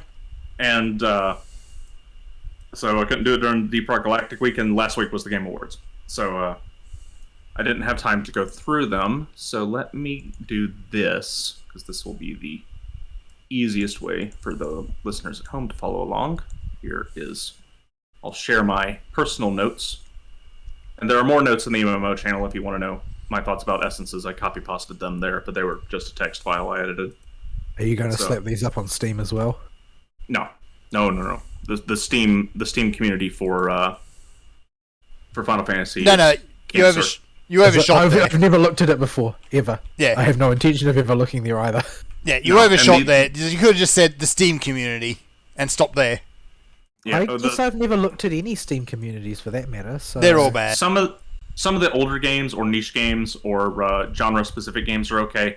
The Final Fantasy one just seems like it's full of people that are just disgusting to be around. Mm-hmm. Like, you can smell the neckbeard sweat. Ew. Well, that's through the internet. A figure of speech I never knew how little I needed. So no, I'm not gonna... long and happy life without hearing that phrase. I'm not going to post a Steam guide for it. There are duel notes I made. I did do the duels. I did all the duels. Managed to finally get them all done. It took 3 weeks, and one fight ate up a week and a half almost by itself. Woof. Yeah, I'll get to that one last. It's the Zadnor Zone 3 duel, so it's the very last one in terms of zone progression. Kind of, because I only knew the snapshots of what you informed me of, it seems like you kind of overhyped yourself on it a bit. I thought they were going to be all way, way harder. I was expecting something between Extreme and Savage for most of them. It turned out most of them were Extreme or a little bit lower, except for the very last one in Zone 3 of Zadnor. That was the only one that was a true monster to learn how to do legitimately. And when I say do legitimately, I mean do it in a way where you don't cheese it and negate most of the mechanics by killing the boss so fast with buff stacking, by just basically throwing gil at it. Because you can spend several 100,000 gil worth of lost actions to buff yourself to the 9s and kill these bosses in less than 20 seconds. Real talk, that's probably how I'd do it. I don't really have the time to learn the fights. But yeah, this is the type of content I like in video games, is challenging solo content. I like doing it. Don't get me wrong. The problem is that it frustrates me trying to do it on my ping. Yeah. But that is an option if you don't think you can do it with your latency, or you just don't think you're up to it generally. You can just throw about 400,000 gil worth of buffs at it and call it a day. And just gil is there to be spent, you know. Yeah. So the first duels are in Southern Front. These are all significantly easier than any of the Zadnor duels. And this is made evident by the fact that you just scale better at Southern Front because it was released sooner in the expansion. And the gear scaling and the lost action scaling reflects this. So I did every single duel as White Mage. Without exception. The very first duel is Gabriel, or Debog 1. I keep calling him Debong, and I will accidentally call him Debong in this while I'm talking about these without fail. So if you're wondering who the heck I'm talking about, that's who I'm talking about. Because I legitimately read his name as Debong for the longest time. Until I caught it one day, and I just have consistently called him Debong ever since, and it sounds funnier. And so this is Debong in a mech suit. And it's one of the Gabriel suits from the story, so it's a airplane looking thing, Transformer-ish looking monstrosity. This duel is a joke. It is a complete and total joke. I one-shot it after watching the video once. I watched a guy do it and intentionally drag the fight out to show me the mechanics one morning, and I got the next attempt, and I'd already watched the video, so I understood what the mechanics were. I went in there and I one-shot it. Would you have And been able to do it blind? No. It's not doable blind. You do need to know what's coming, because you will... He has a lot of moves that will bait you, and he is one of the ones. There are 4 fights that have what I call the obligatory mana wall mechanic, where if you do not have a tank invulnerability or the lost action, lost mana wall ready to go before they go off at that point in the fight, you're dead. They just kill you.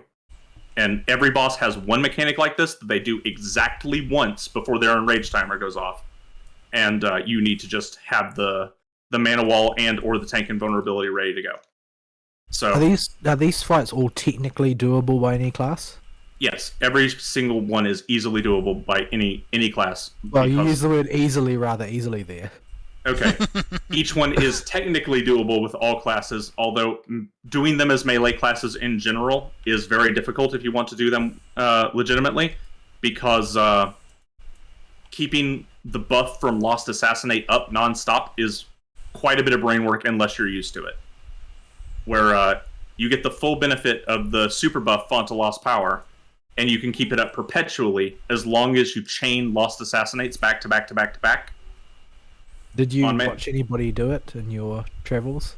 Yeah, I saw quite a few people do it, but they were all people that I'd seen running around before me with 10-10-10 rays long before I ever got them. And yeah, people had clearly practiced this. Tanks. You seem to see people who just like to hang out in Bosnia all the time. Yeah, I like to hang out in Bosnia. The community there, especially in Southern Front, is usually pretty good. Well, especially if you're going to compare it to the Eureka community.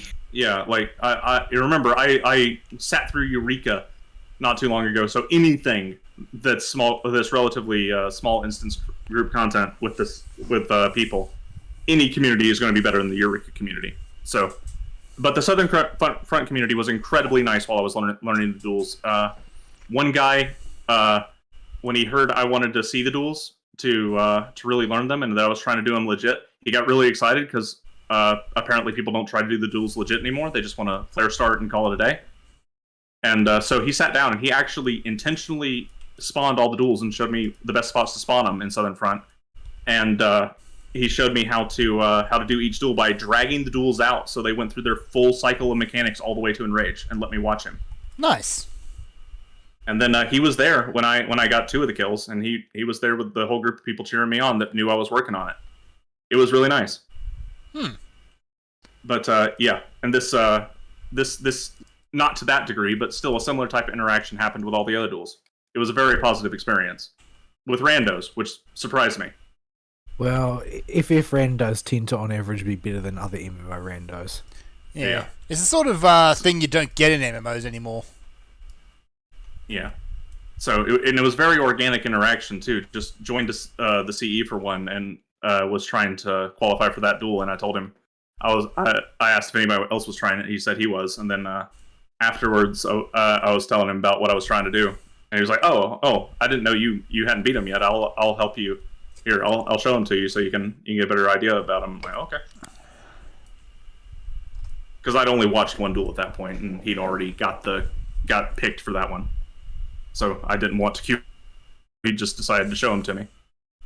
So that was really nice and incredibly helpful. The Gabriel duel's super easy. The first mechanic is he targets you and puts a marker on you that says he's going to drop circular AoEs on you that are going to leave a puddle. These AoEs are very tiny, and all you need to do is drop them around the edge of the room as close together as you can. And you just watch his cast bar, because each individual puddle he drops on you has its own cast bar you can see. So you can see exactly when it's going to drop, even though they're fairly fast to come out. And as long as you time that with your latency, you're going to get those things right next to each other and have plenty of room to move.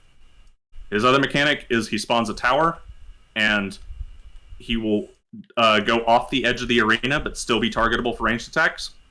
And you will be able, and he will charge at you and knock you back about 1/3 to 1/2 of an arena distance, and you need to get knocked into the tower he spawns, so that when it goes off, you're inside of it and stop the AoE that will kill you.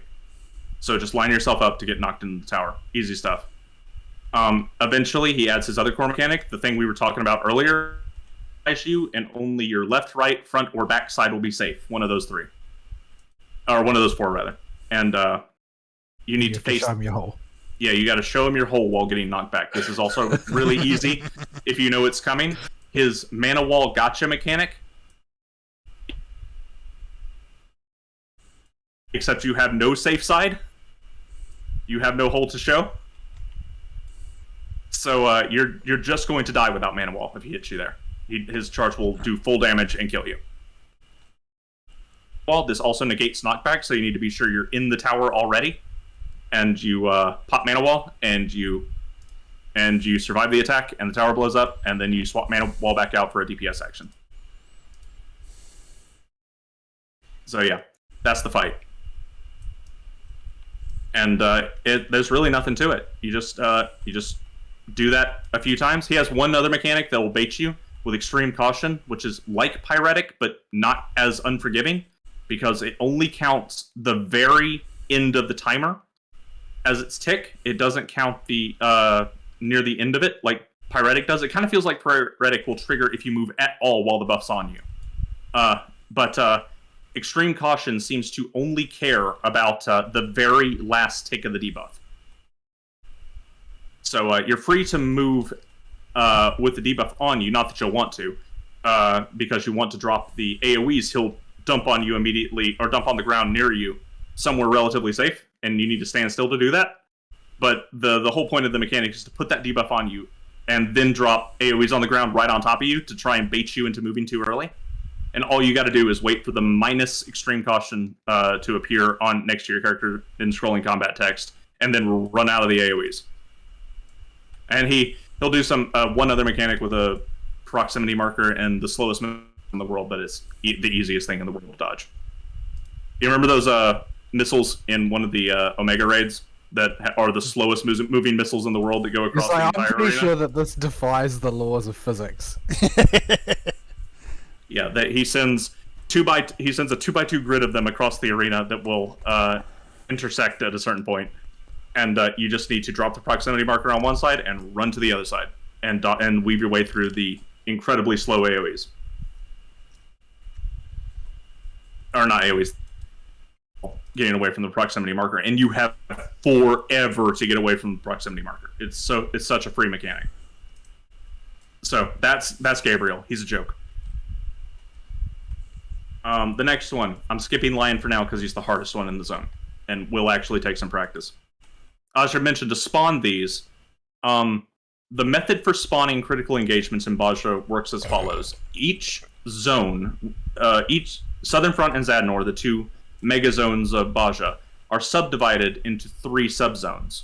Zone 1, Zone 2, and Zone 3 is what they're usually called, although they have proper names, nobody uses them. And within each zone, there are 3 to 4 types of 4th Legion robots.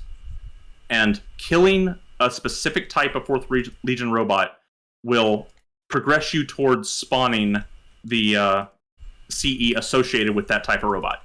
So for if I want to spawn Vigil for the Lost, which is the CE you need to do to fight Gabriel, you need to kill 4th Legion slashers in the first zone of Southern Front, and a whole pop. You need to do Vigil for the Lost, and you need to do it without getting a single vulnerability stack, and this is how it works on all of them. So I was talking and missed the interrupt on this stupid mimic. No, you're fine. Okay. I'll be okay. I think we got a purity somewhere, I think. Yeah. So so that's how that works. And then this is true for all of them. Kill the 4th Legion mob that you need to until the CE spawns. We do not know if it's a set number of them based on the number of people in the zone, or if it's just a chance to spawn it as long as it's off cooldown. All critical engagements have a 1-hour cooldown and only one critical engagement chain other than Dalradi or Castrum.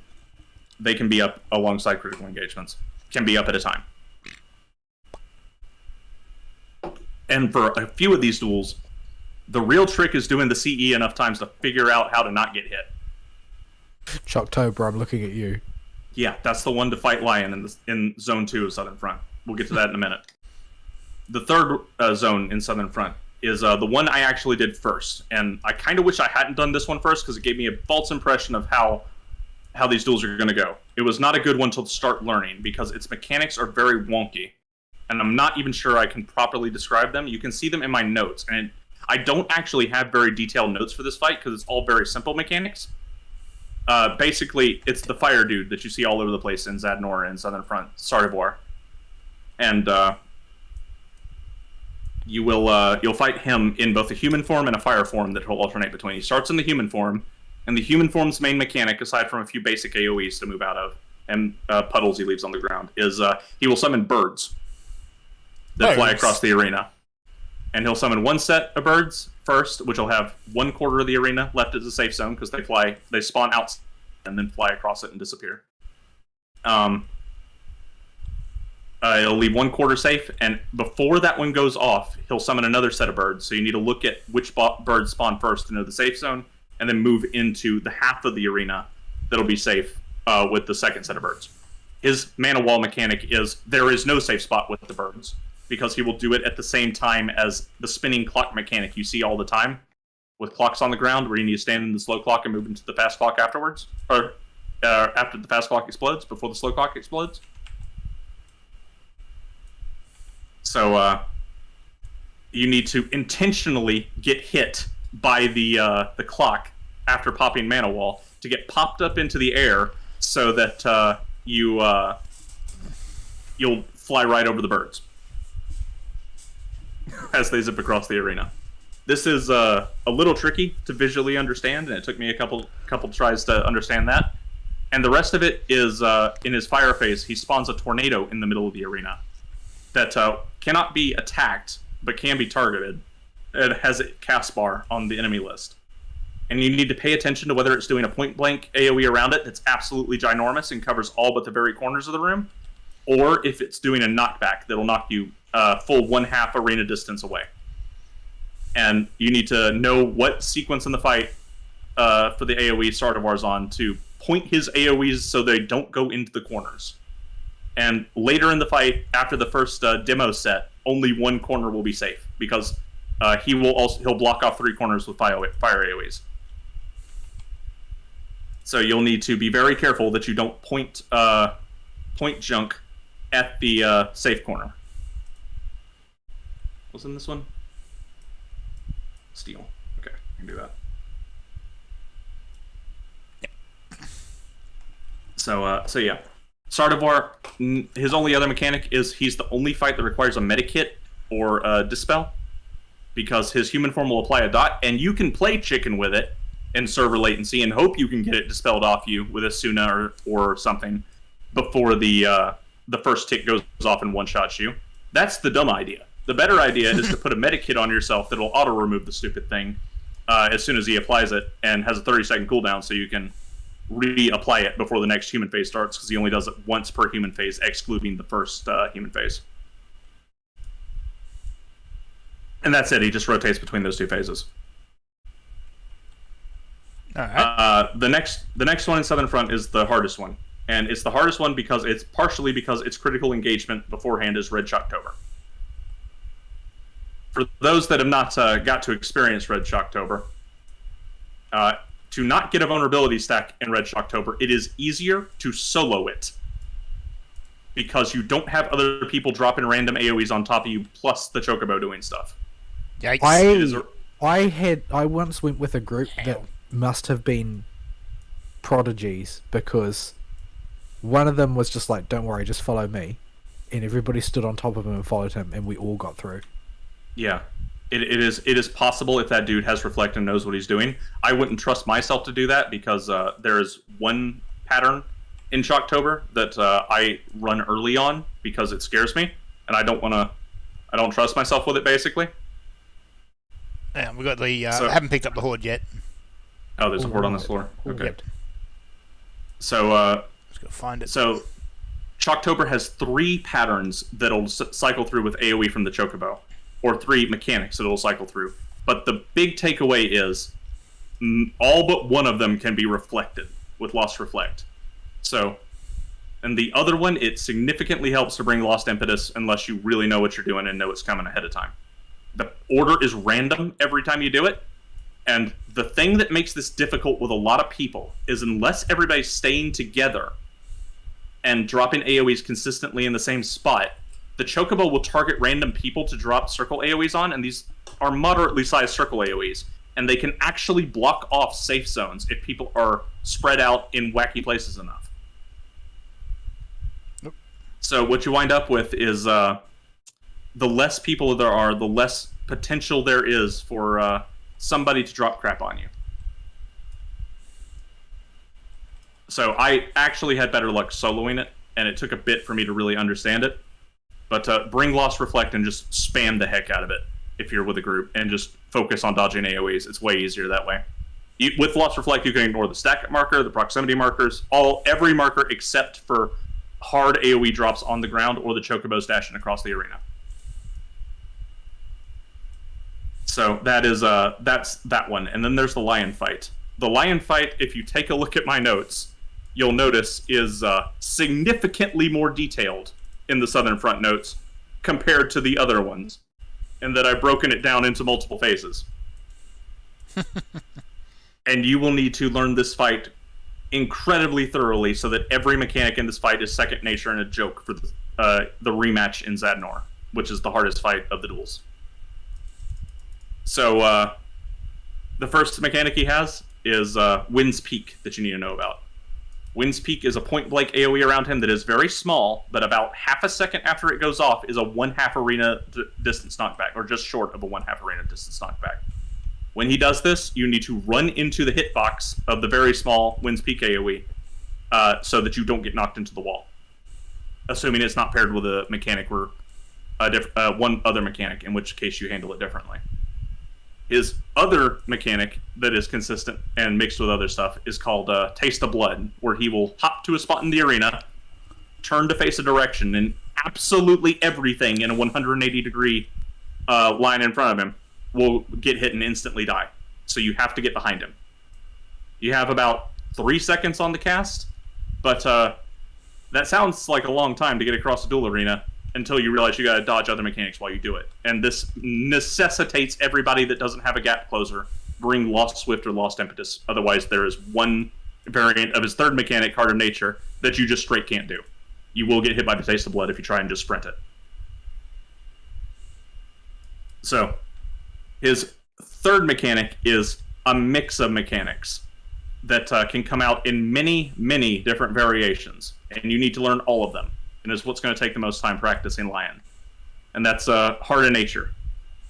He will either do one cascading donut or circle AoE that spreads out from the center. It radiates outward, so it'll be a point blank AoE that's circular on a position in the arena. And then its next pulse will be a donut directly around where that circle AoE hit, and then its third pulse will be a donut around the previous donut. So it's a cascading AoE that ripples outward. It'll be one of those. It will be one of those and two exaflares that march across the arena. Or it'll be two of those and 4 exaflares that march across the arena at crisscrossing points. Or not crisscrossing points, but there'll be the 2 Heart of Natures that north-south with the cascading AoEs, and there'll be 2 exaflares on the east and 2 exaflares on the west. And so you have to navigate through the cascading AoEs that are overlapping with each other on their subsequent pulses and the exaflares. This is where it gets wacky, especially when you combine it with Taste of Blood. So, and there's one more variant where it's just the 4 exaflares at cardinal points, but that's easy because he only ever pairs it with Wind's Peak in both fights. And this is the freebie mechanic where you handle Wind's Peak differently by just popping arms linked so you don't get knocked back, and stand directly in the center of the arena and wait for Lion. And the only thing other thing you gotta watch out for is Lion will do a look away mechanic during this. So this is your time to get free damage in or swap your actions after you negate the knockback. He has, at the start of the fight, he requires you bring Lost Dispel. Not Asuna, like some poor guy found out in one of the Zadnor attempts. You need Lost Dispel. And you need to have it active at the start of the fight because it makes all his auto attacks lethal on non-tanks. And when he buffs himself, you need to get that debuff off immediately. Do not pass go. Do not collect $200. Do not try and hard cast. Already cast before you know that mechanic's coming, and you press that dispel button the second you see the buff appear. Do not try and precast it. Server latency is too stupid to play with.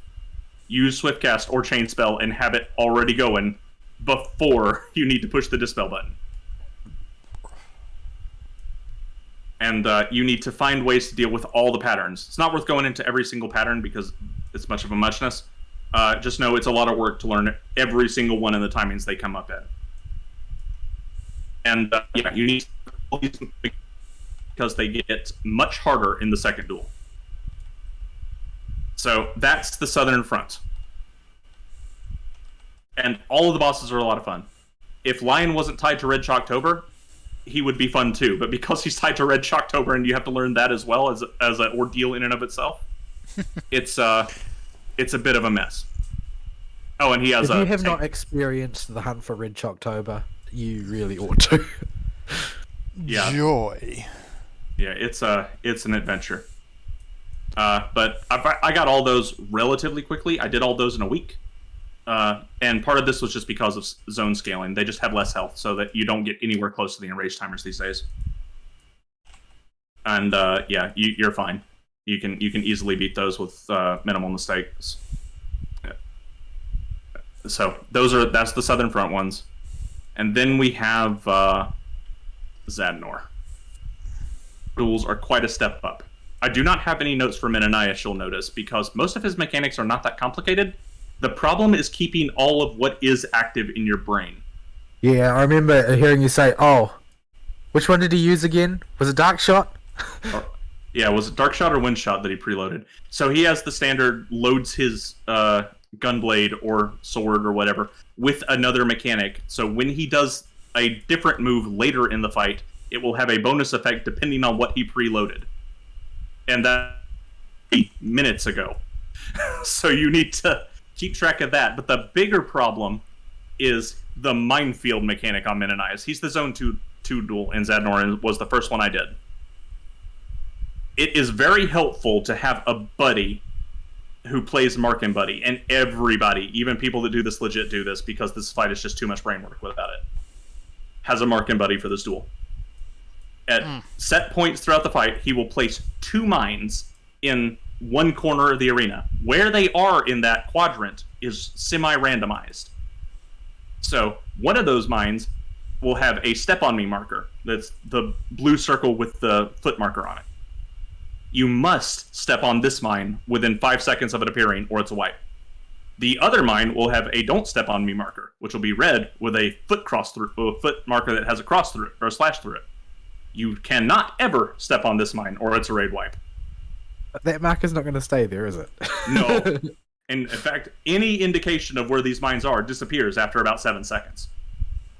And there will eventually come points in the fight where you are forced into a quadrant of the room where there is guaranteed to be a mine.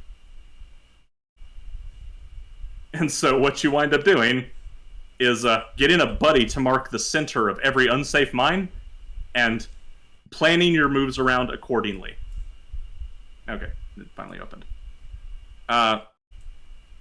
He combines this with simple AoEs, like a AoE that marches down the entire arena but has a safe line through it that stays consistent the whole way down. He'll preload his gun with either Dark Shot or Wind Shot. Wind Shot's a knockback. Dark Shot does less damage to you the further away you are from him, with it being lethal within about 10 yalms of him. And hits very hard otherwise, so you really do want to put as much distance as you can. His other mechanics are Acceleration Bomb, which is Acceleration Bomb. You're playing chicken with the server every time he does it, so just hope you're lucky the 3 times he can do it in the fight, or really just overshoot it and put your controller or mouse down. Put your weapon away and just don't touch it once that thing gets down to about 3 seconds. This is unfortunately not possible with one of them because it coincides with the mine spawning, and this means that you have to do the mine mechanic while you have Acceleration Bomb, so you have to go step on the mine and then immediately stop, because the Acceleration Bomb will have like 3 seconds left on it. So that's the one that's really scary to do. The other ones, you'll be fine with it. He has a keep moving marker. I forget what it's called, but you'll look it up ahead of time. And I don't think he has anything else really of note going on. If he does, it's he does have a standard tank buster called like Spiral Scourge or something that's just a regular cast bar tank buster with no special mechanics on it that you need to mana wall or invuln. Oh, and he will eventually, once but right before he does Spiral Scourge, while there are 3 out of 4 mines corners occupied by mines, he will drop Exaflares that will march across the entire arena, and you need to get into a quadrant that has 2 Exaflares pointing away from you and just stand as still as you possibly can. And the second time he does this, he'll blow up all the mines and reset. So you get another set of mines to go through another cycle that goes faster with all his mechanics and has more overlap. And the last time he does it, he explodes the mines, and you are riding right up on the enraged timer at that point. So that's how that do. But his problem is not how complicated any of these mechanics are. They're very simple mechanics. They're just they persist, and you need to keep them all in your head the whole time. So it's an exercise in learning to do that, which just takes a little bit of practice without having to focus on anything specifically. Just do the fight in general. And his critical engagement to not get hit by is one of the easiest. It's you spawn the fate and into atrocities. As long as anybody completes that, the CE will pop. You sign up for the CE, and you do. It's the one that looks like Fenrir. I forget its name. Everybody calls it. Yeah, everybody calls it doggy. Yeah, just doggy. Everybody calls it doggy. So you do doggy, and all his mechanics are really easy. After you've done the fight once, you'll know exactly what they are. And the only thing that'll get you is at one point in the fight, random mages spawn. They only appear once, and they shoot half of the arena with a laser beam. I've lost more duel attempts qualifications to those stupid random mages than I'm happy admitting, because I just forget they're coming. So yeah, that's Menenias. I'll save Lion for last, although he was the second one in Zadnor I did, because he is the one that took the longest. Because I intentionally put off Debong, because Debong I thought would be the hardest to do legit. I was almost certain that he was going to be the hardest one because of one mechanic he has. This turned out not to be the case at all. In fact, I got wombo comboed by mechanics and had the super weakness debuff because I died back to back and had to come back with re-razors, and I still killed him and at the enraged timer. So he was nowhere near as hard as I thought he'd be. The bong. So I had where they're all called right arm or left arm something, and some of them share the same name, but they do different things at different points in the fight. So right arm Ray may or may not do what it did last time when he shoots it. Or left arm Metal Cutter may or may not knock you back in the same distance it did last time. Well, that's just rude. So he follows the exact same pattern every single duel. He never deviates from it. So what I did was I made a cheat sheet with emojis. Oh no. That literally just lists out everything in phase 1 and the phase 2 loop he does. He repeats once after he goes through that particular loop. So I'll dump this in live show chat. It just is a list of everything that he does. Sprint disabled. We have Peloton. And this helped tremendously. It made me able to do the fight without too much issue, despite the wombo combo deaths. I have a video of this fight on my YouTube channel. I'll go fetch the link after the show. I got it. Yep. It was a double KO, which I felt was really funny and appropriate for my last duel. Where I got him to the enrage, and as he cast the enrage, I hit him with the last shot with the last glare I needed, so he fell over, but his attack had already gone off. But before the damage registered, he fell over, and then the damage registered, and I died. So all the achievements popped while I was dead for doing all the duels.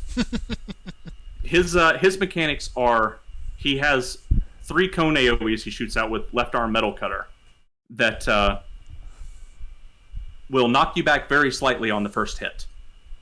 And after he shoots the first set, he will quickly follow it up with a second set of cones with the safe spot for this second set of cones, because the second set is not telegraphed very long at all. You don't have time to react to it. The second set of cones, the safe spot will be roughly in the middle, but a little further to the left for every single cone relative to where you were the first time.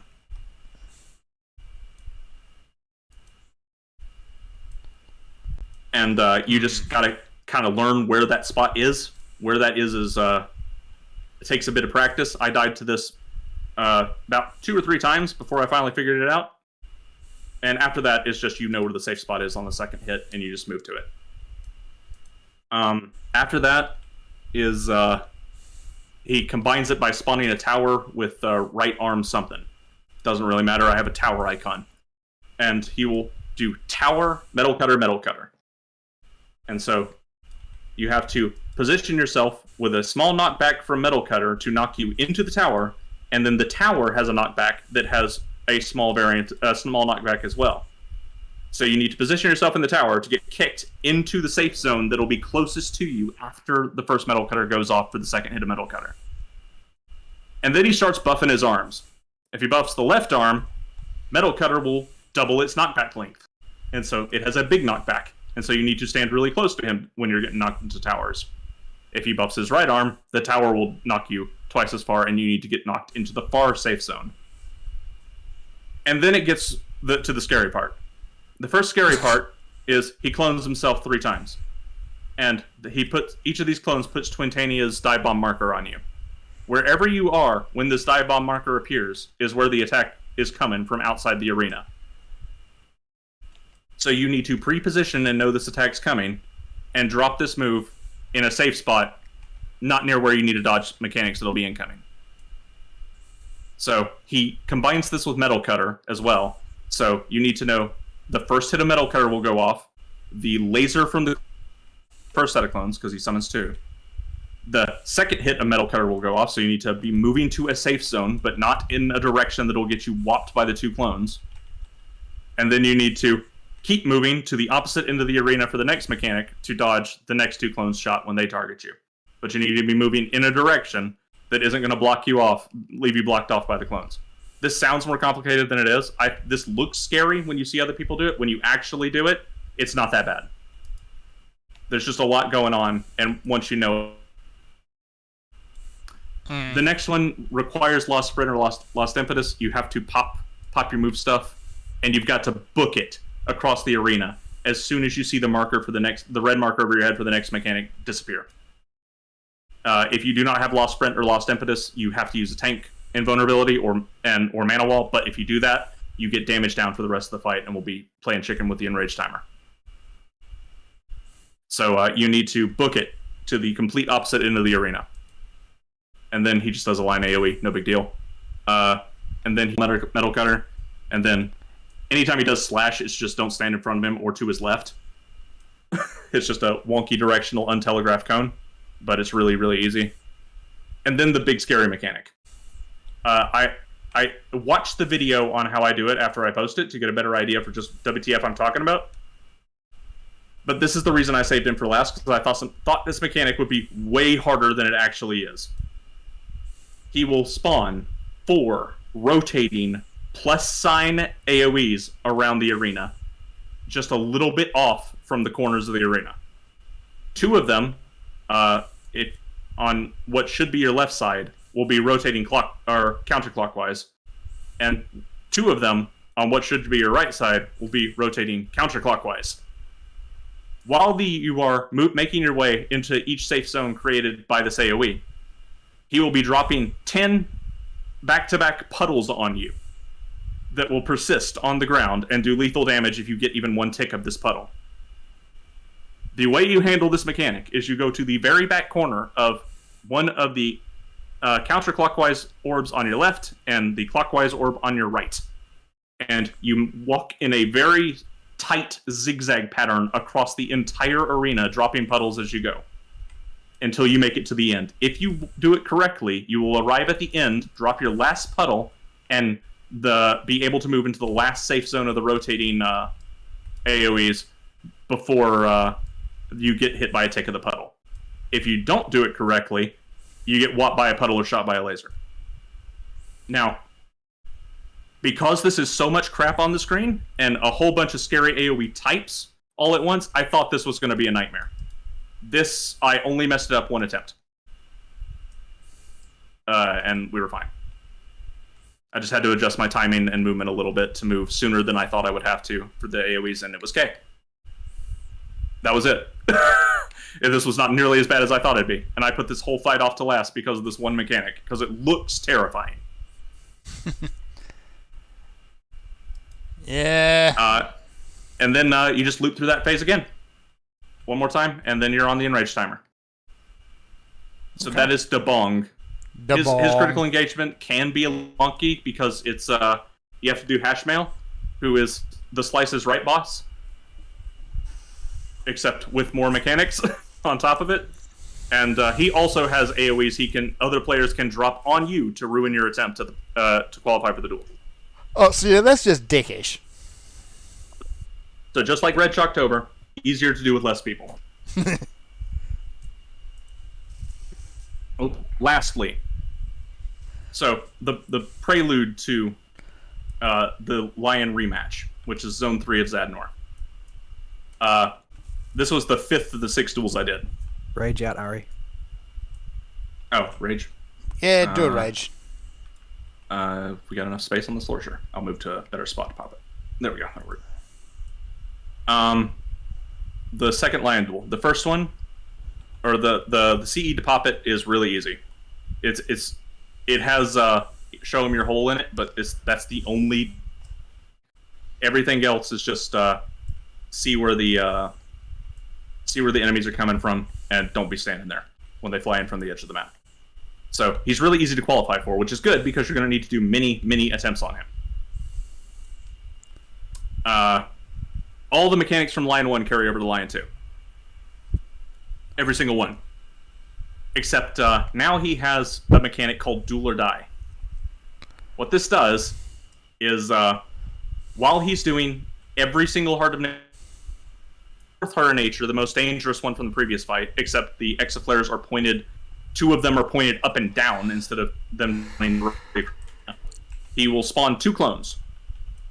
And these clones may or may not tether to you. You can either get Lion and a clone or both clones tethered to you. Every of the 2 of the 3 targets that tether you, you need to remember which 2 those are, and when they hop away to their designated point, you need to follow the 2 that those are, and you need to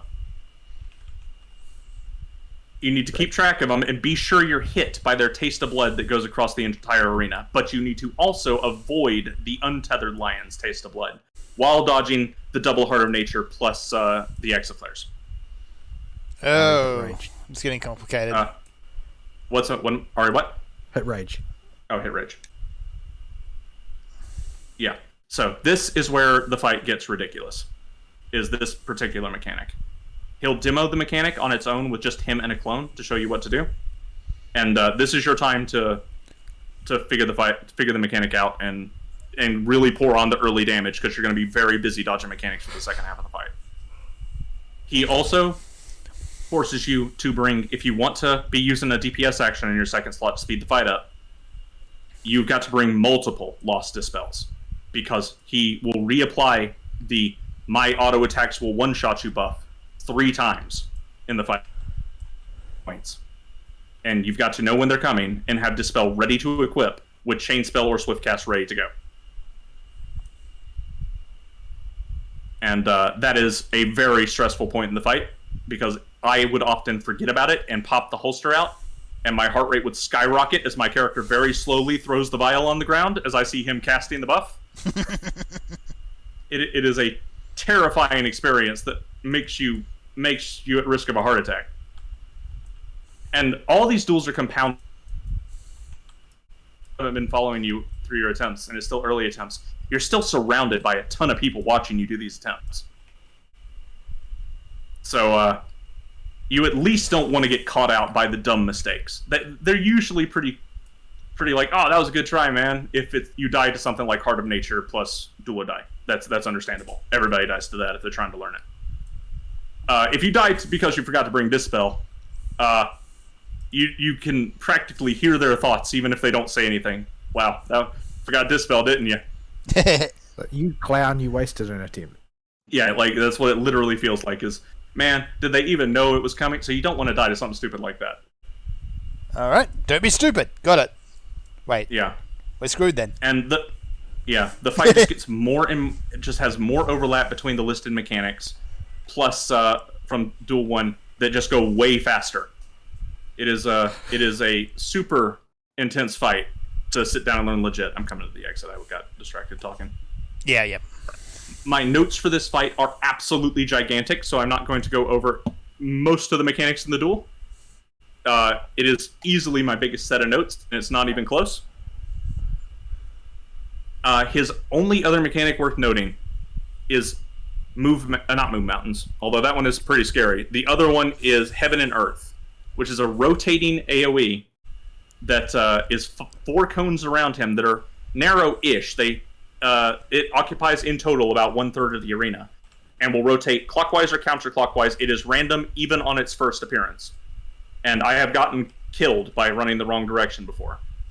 Multiple times. You need to get as close to Lion as you can without being right in the center. You want about 5 to 10 yawns between you and Lion, I want to say.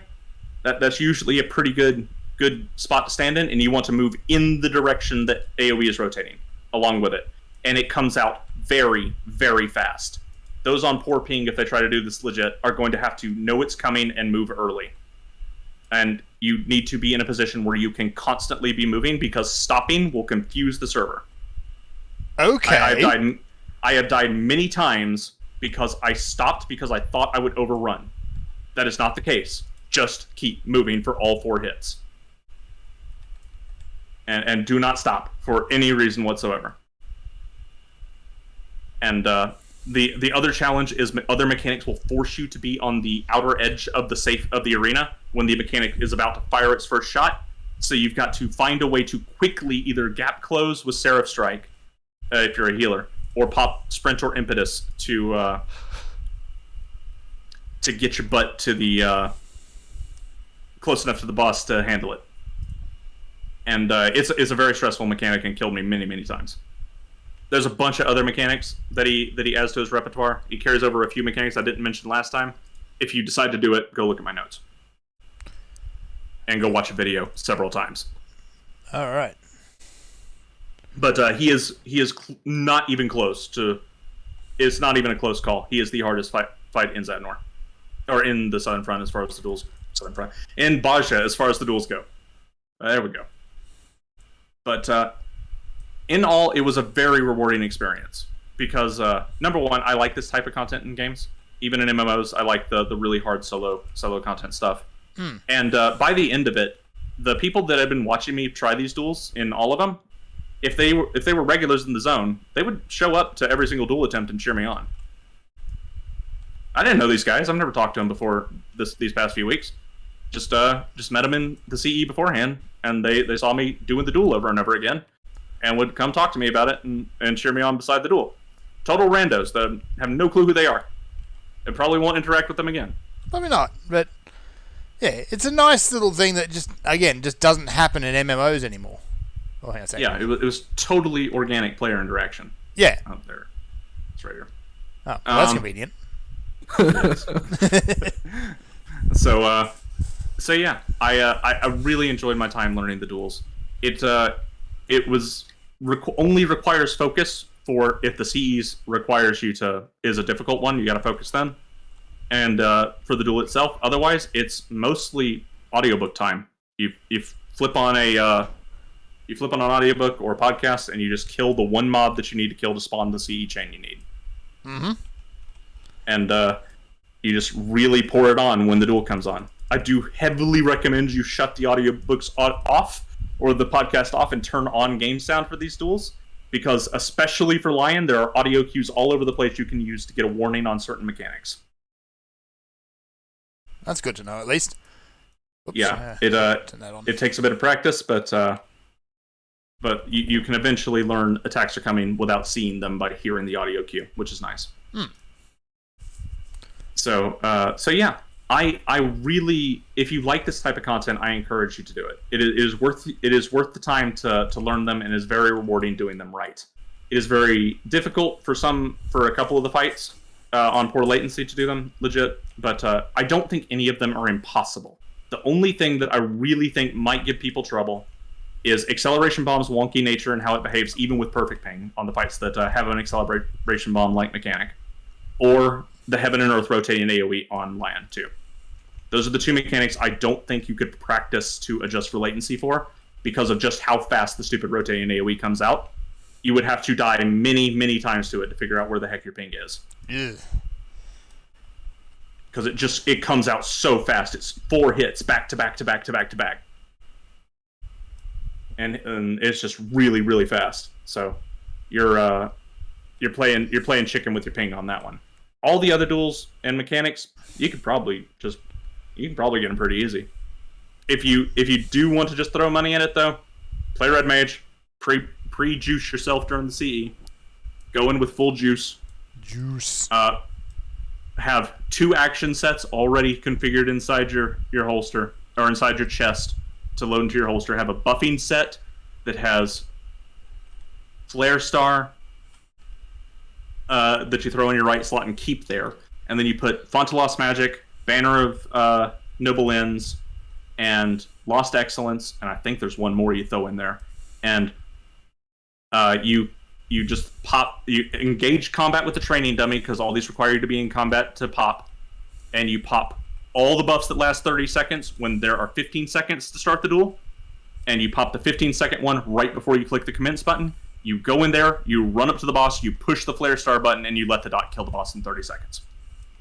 Yeah, that's really cheese.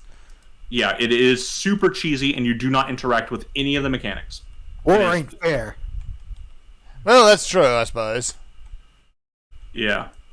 So that option is available to you. There's a similar method with tanks and Blood Rage, but that is if you need really deep pockets for that one, and does actually require you to interact with a few mechanics, because you have to pop multiple Lost Blood Rages, which are each fragment that gives one has a 1 in 3 to 1 in 4 chance to give you it, and it's I love being a frog this set, these 4 sets apparently. Yeah. Enjoy the frog life. Each fragment has a 1 in 4 chance to give it to you, and each fragment costs 60k. Actually, did we get this one over here? Okay. So yeah, that is the Zadnor duels. They're a lot of they're more fun than I thought they'd be, and initially I only started them and was just going to do the ones that I needed the notes for, but I had enough fun learning them that I just wanted to do all of them. So I made it last month's project, and it did take almost a month. It takes time. Sounds like just a fairly meaty piece of solo content by and large. Yeah, well, it is solo content, but it's also, not solo content, and that there are other people in the zone with you. Yeah. And there is a multiplayer experience there of people you can talk to and duels you can learn. Social solo content. Yeah, other people will be watching you. Like this is a thing that took me a little bit to get over, and was the reason I didn't even want to start attempting to learn them, because I expected this to be, like Eureka. Yeah, Eureka's bad. But no, the community is fairly supportive of anybody that tries to do them, as long as you don't do a wasted attempt where you go in just not knowing the fight. They're generally okay with you being the one that won the attempt, unless you're one guy who had a rage fit every time he didn't qualify for a duel because he acted like him spawning the CE entitled him to get the duel attempt. Isn't everyone trying to do it? Well, what'll happen is there'll inevitably be casual people who don't really know what the duels are that will attempt the duels, even because they just happen to not get hit by stuff in the previous encounter, or it'll be somebody that just came into the zone at the last second right when the CE popped, and they'll attempt it. and they'll qualify because they have more notoriety than you, because they just got picked. And this just is part of doing these duels. You just take the higher notoriety stack because it means you're more likely to get picked next time, and you just move on. You can't let it bother you, otherwise you're going to tear your hair out. But this one guy just lost his marbles every time he didn't get the duel he wanted. Butthurt. And everybody in chat was making fun of him. Also, pop Living Dead Fern. Oop, yes. Why are you trying to die? And We got- mash your cooldown. Yeah, there you go. We got all of the everything. Yeah, I think we Stand got on something. I Yeah, think we there's stepped a on a mine, and then we stepped on a mob spawner or something. Yeah, we kind of just hit the perfect storm of terrible there. Yeah, so he's alive at least. Yeah. But yeah, other than that one guy, everybody else was pretty chill about about the duel experience in general. Yeah, that sounds like a good way of doing it. If everyone's just chill with you, like learning how it all works and kind of, as long as you're a good sport about it. Yeah, there's enough objectives in Baja to accomplish at any given time that people are usually trying to work on something separate from you. So if you tell them ahead of time, and you know, most CE groups will most CEs, when you go into them, people will say LFG and try to invite, and you'll either look for a group that's already made, or you'll make a group and invite the people that join it. If you just tell those people that you're trying to do the duel and that you've been working on it, they're usually more than happy to pass for you. If they unless they're also working on it, in which case you can talk to them to coordinate variety so that they can get more Noto if they're behind you, or you can get more Noto if you're behind them. And if you're both trying multiple times, you can both get Noto if neither one of you gets it. So it's usually a good idea just to open your mouth and ask people, or tell people what you're doing. Just be polite about it. Communicate in an MMO. How dare you? I know, Yeah, right? What have you done? Who stepped on that? I think we all stepped on that. But yeah, it's a genuinely good experience.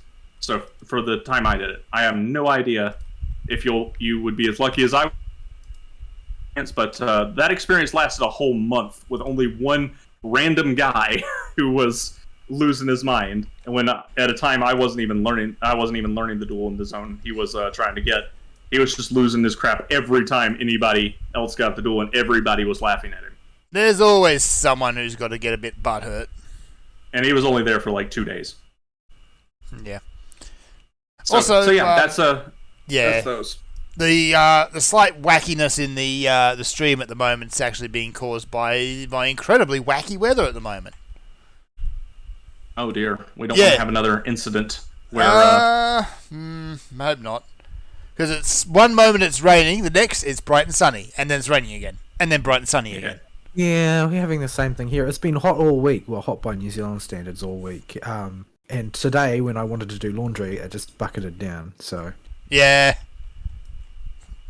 Anyway, is that your week, Gary, or you got something else? Yeah, that's all I've got for actual week content that I want to talk about, because that's consumed all of my free time for the last. Yeah. Like, this was like everything. When I decide on a project, I'm going to do that project. That tunnel vision, yo.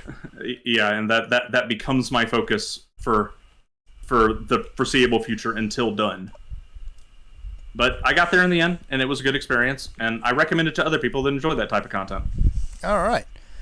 In that case, we have a email. We do? I We- haven't checked the email. We do. I need to catch my breath. All right. Well, I've already got it up, so I'll attack it. It Here we comes go. from Frank's our. gonna try and do English. Yeah, I'm not gonna do too much in the game while I do that. So you guys just go. You never said I'd read it well. I know. I didn't say that. All right. It comes from our good buddy Serathus, and he says, "Dear No Excuses. First of all, since I don't work in Mel, I don't have." I don't know what he means by that. I don't have the email up, so I don't know either. Yeah, that's just what he's got in the sentence. It just. I don't know what. This is presumably some kind of gag, but I don't know what Mel is. So sorry, so that one goes straight over our head. Oh, that you forgot half your sentence. So my headcanon for Guerrilla Collective is the Stalinist devs ice picking the Trocheists devs. That is the most inline explanation with their ideology as we have seen during the Spanish Civil War, the French Resistance, and every tanky influencer, shoe on head included. Oh, right, It's supposed to say Trotskyist. Trotskyist, yes. Trotsky famously died from an accidental ice pick to the back of the head. Oh, yeah. Quote, a completely unquote. accidental. Yeah, because that happens sometimes when you're sitting at your desk, you know? Yeah. I haven't kept tabs of what Shoe on Head's been doing either, because she was kind of around during the... She lost her marbles. Well, we're talking about communists killing Trotskyists here, so it is, appropriate discussion. Yeah. There's the actual intricacies of it are super cringe, but basically she lost her marbles. Well, she never had any marbles to begin with. She was just a typical flake who was following around the nearest male influencer. Yeah. Oh dear. She doesn't really have any meaningful beliefs of her own, which is why she's not really an extremist, because she doesn't really believe in anything. Right. Yeah. Yeah, I know she was kind of around during the Ghibli Gorts days, but... Yeah, but she was just a bandwagoner. Yeah. Yeah. I can't think of any video of hers that I seriously sat down and watched or even remember. Yeah. I can't remember anything about her, honestly. Anyway. By the way, I used to be a big fan of Tripwire. Their story is the quintessential game dev dream. Started out as modders, won the modding contest and got a bunch of money and, more importantly, free licenses for the Unreal Engine. You know, back in the day when the license cost you an arm and a leg. So they made one of the most hardcore WW2 shooters, one of the most fun horde shooters, and their sequels, and then they kinda petered out. They used to have yearly mapping contests with pretty nifty awards, but the only game they are regularly updating seems to be Killing Floor 2. It seems they have moved on to be publishers with Chivalry and Maneater. Wait, they did Maneater? Okay. However, what did lefties expect from a CEO whose last game soundtrack was 80% Christian metal? I'm reasonably sure that Killing Floor 2 got Demon Hunter, the band, a whole lot of sales. Shame to see how the CEO got done dirty. Yeah, from what I can tell, he was came out as a Christian, which is a no-no in the professional world these days, and he expressed some views about certain topics that we can't mention on this show without maybe on MPP one day, and he just got yeeted from the internet by the hate mob. Oh, yeah, he angered the hive mind. And as often goes, this fed back into his corporate life, and that his board heard about it, or the other people, that collectively make decisions at the company, and they threw him out. All because he declared what his faith was. Basically, yeah. Yeah. Ultimately, he had very conventional Christian beliefs, and that's all it takes for you to get cancelled these days. Honestly, you could probably just say the sky is blue and get cancelled for that. Because Yeah, blue is the color of masculinity. There's a hierarchy of how important it is that you be cancelled, and if you're publicly a Christian, you're on the top of the list. Oh yeah. Yeah, it's not even close. Being an open Christian is a danger to their ideology. They need as few of us around as possible.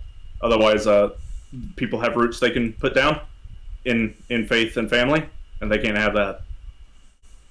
I don't think it's like that. I think it's like irrational demonic hatred, basically. Like, it's like, oh no, you disagree with me, and you are on the side of morals, and I feel judged by that.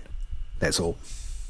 I don't think that there's any Machiavellian plan involved in most of these. It's just like, oh well, if I hate you, I can exercise whatever kind of malevolent behavior I want towards you, but nobody will judge me for it, because then I can start calling them a hater as well. And there's no opprobrium attached to behaving in a vile fashion towards somebody who's in the out group. Yeah. That's a shame, because I do like what Tripwire stuff done, and like Chivalry's great, and Maneater is it's actually wallpaper paste, but it's fun wallpaper paste. When I first heard about the incident with the CEO, I remember looking up the company on Wikipedia and seeing Portland, Oregon as base of operations. I'm like, oh, that explains everything. I'm not even joking. That place has become a lawless hellhole. Ugh. Like that place is still in a perpetual state of hot mess. Maybe not open riot anymore, but no businesses want to open there. Well, it's not just that no businesses want to open there. Most businesses are vacating the city. Yeah, Like the ones that are in the chain- hot spots, they're just shutting down. Big chains like Starbucks and that are just pulling out. Like I think Starbucks has almost completely removed its presence from Portland. I think CBS has too. Wow. So yeah, it's a hot mess. Yeesh. Alright, last paragraph. By the way, the yearly mod roundup is upon us, so head over to ModDB and IndieDB to vote for the stuff you'd like to most. Yeah, not Mod Nexus these days, unfortunately. Yeah, as seems to go with these curation sites, they will eventually, whatever the current one is, will, for lack of a better term, sell out. Someone's got to get too big ahead, and they have to start imposing their will. And, well, their priorities will shift from curating good mods to being Promoting NordVPN. promoting NordVPN. getting more Dosh, and Raid Shadow Legends. and they just aren't as good at their job when their priorities have shifted. So, Yeah. as, you know, the current modding site that is hip, it seems to change every like 2-3 years.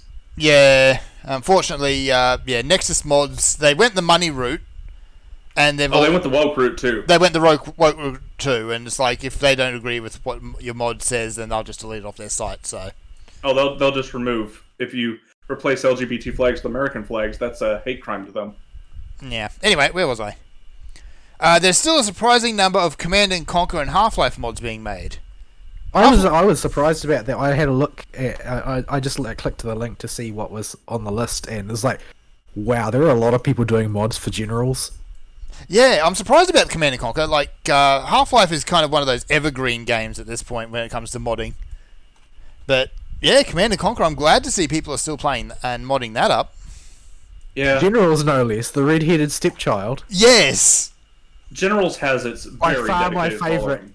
By far my favourite in the came series. from It's not even so close. far out of left field. It's just great. I love generals. It's like it's completely. You would never be able to release a game like that today. You would get cancelled so fast that your head would never touch the floor as it fell from your shoulders. Yeah. Basically, any Command and Conquer that isn't mainline Tiberium Wars couldn't come out today. I think that you could probably get away with Red Alert provided you made the communists the heroes. But Tim Curry's got to go to Spice. Gotta go to Spice! I mean, Curry. he already did go to Spice. No, that was all British. This year, I haven't seen any new mods. Brutal Doom seems to be nominated every year, but on the indie front, Firestorm, a free Command & Conquer FPS looking promising. That, and there are a Command lot... & Conquer FPS has been a thing before, and it was not a good idea. Wasn't there an official one? Yeah, CNC Renegade. That was it. Yeah, and yeah, it wasn't very By all good. accounts, it was absolutely freaking awful. Although it had, like usual, a die-hard community of people who just you couldn't keep them away from it. Eh, I've gotten 0 Time War artifacts, by the way. yeah. Gotten 2. That, and there are a lot more boomer shooters and life sims. Thoughts on Dragonlands coming next year? This email is long enough already. And that's from Cerathus. Yeah, I've heard a lot of conflicting things about Dragonlance. I have heard nothing. But the thing is that I keep tabs on it. I don't have an experience. I don't have a reason to proffer as for why I keep such close tabs on World of Warcraft, since I have not the faintest trace of desire to go back. But I do, and the thing is that I can't discern any qualitative difference in the rhetoric surrounding Dragonlands compared to the rhetoric surrounding Shadowlands or whatever the one before that was, Battle for Azeroth. Yeah. Like The shills- the rhetoric is very excited and positive, but it was always very excited and positive at the launch of a new expansion. And every new feature that came out got covered positively, and everybody was talking about how great and what a return to form it is. That's always the way. And every time they will argue that no, it wasn't actually the way. You just didn't see the parts of it that were critical. But you know, I call bullshit on that. I think that they weren't critical because they are just as caught in the hype cycle as everybody else. And I really think that there's not really any qualitative difference between this iteration of World of Warcraft and the previous one, except that, well, it might not remain as cringy as Shadowlands eventually became, based on something we might talk about in the news segment if we ever get there. We're nearly there. Yeah, honestly though, it sounds awfully like they're huffing the same copium that the Sonic community is these days. It feels like they've got, whether they realize it consciously or not, they have a formula for these hype cycles that works, and they're just going to stick to it. Yeah, well, both the content creators and Blizzard have a formula that works for the hype cycles. Like, damn it. the content creators need these hype cycles. Like, that's one of the strange things. I don't know the degree of cognizance that most of them have of what they're involved in, but I think that at least some of them are very, very aware of how the hype cycle works and are very cynically playing into it. Even though there's probably a lot of sincerity to their desire to be hyped, the reality is that most of them know that they need content, and the only things that generate clicks are extremes of one view or the other. The more polarizing you are, the more clicks you get. So you either have to be super, super down on it or super, super positive. You don't have a middle ground that you can stand in. Yeah, the problem is that these hype cycles aren't really cycles. They're more of a spiral. Well, Sooner or later, it's all going to collapse. They're hype bumps in that they pop up and then they disappear, and then they pop up and they disappear. Yeah.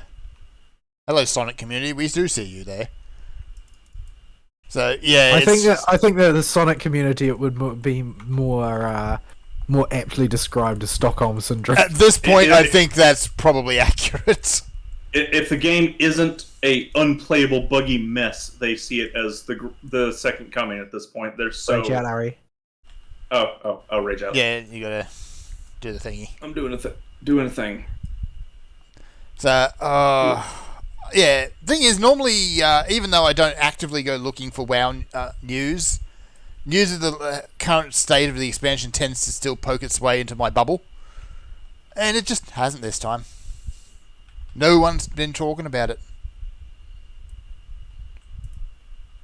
Well, So- in your case, it's more that you haven't been. Nobody has attempted to recruit you. Yes, that's where it's getting to, because I know it's a lost cause at this point. But I mean, how excited are they in any case? Again, they weren't. Yeah. It's like, oh, I'm going to work again. Yay. I can still see a little bit of some of the older friend groups I had that would play WoW, and they just aren't making any noise about Dragonlance. Yeah. Well, while we're on WoW, so we use it as a segue into the news. Sure. I didn't drop most of the news this week, so... That's okay. Which one you talked about? Oh, this one. Okay. That one. I remember this one. All right, who wants to pick it up? Right, I guess I will then. Where are we at? Here we go. So, first piece of WoW news is Chris Metzen. Chris Metzen, basically, he left Blizzard a while back because That long ago. Wow. Okay.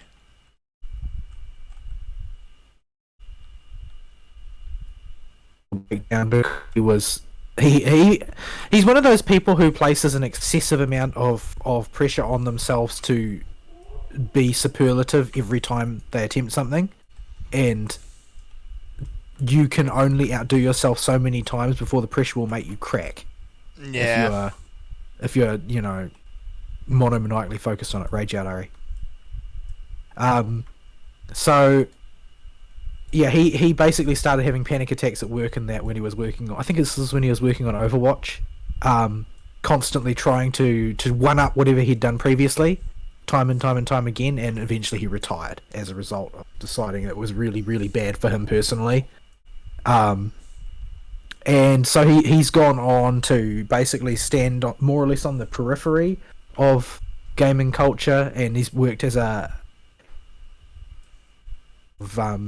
new games development ventures of various kinds, and run Kickstarters for D&D projects, and rage out a second time, Murray.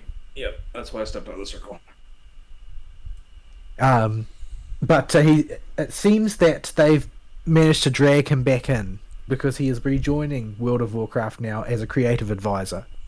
So he's not going to be the creative director, and he's not going to be a writer. He's going to be a creative advisor. And what this says to me is that somebody came and basically pressed their forehead to the floor in front of him and said, please save us. Yeah. That's what I'm reading from this. That's what I'm getting. Because it didn't really seem like he really wanted to go back. But the only things that might have motivated him to go back would have been things like either somebody begged him on bended knee, or he couldn't stand to see what his baby had become and just wanted to maybe try and redeem it. Maybe a bit of both. both. Died, Fern, by the way. Yeah, I got paralyzed. So I'm currently clicking the buttons. And I can't move. I imagine that that what is going to take place is that he will basically be the sounding board. I need somebody to save me. I'm going to die to hippogriffs. I can't move at the moment. I'm getting my other controller. Oh, fantastic. Where's my witching commanders? These things are AoEing so much. Ooh, there we go. I imagine that what's going to happen is that he's going to basically be the sounding board for their ideas, their plot and theme ideas, because I don't think that he really wants to go back to what he was before. He is retired after all. He's probably been enjoying the retired life. He's not poor by any stretch of the imagination. He doesn't need the dosh. Yeah. But yeah, I imagine that basically he's in a position where they know that when he left, it got turned over to Alex Afrasiabi, and he immediately proceeded to burn Teldrassil. Yeah, it was the first thing he did, really.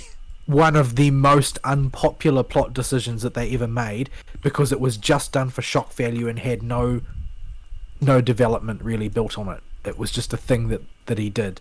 And then, of course, he got turfed out because of his role in being sort of like an all-purpose general frat boy scumbag. Yeah, one of which, many. is not really that remarkable in some ways, but in the current climate is definitely remarkable, and ended his head rolled for it, and reasonably deservedly so. But if provided it was done with evidence that he had actually done the things he was accused of, it's sort of hard to tell these days, since evidence seems to be something people don't care very much about. But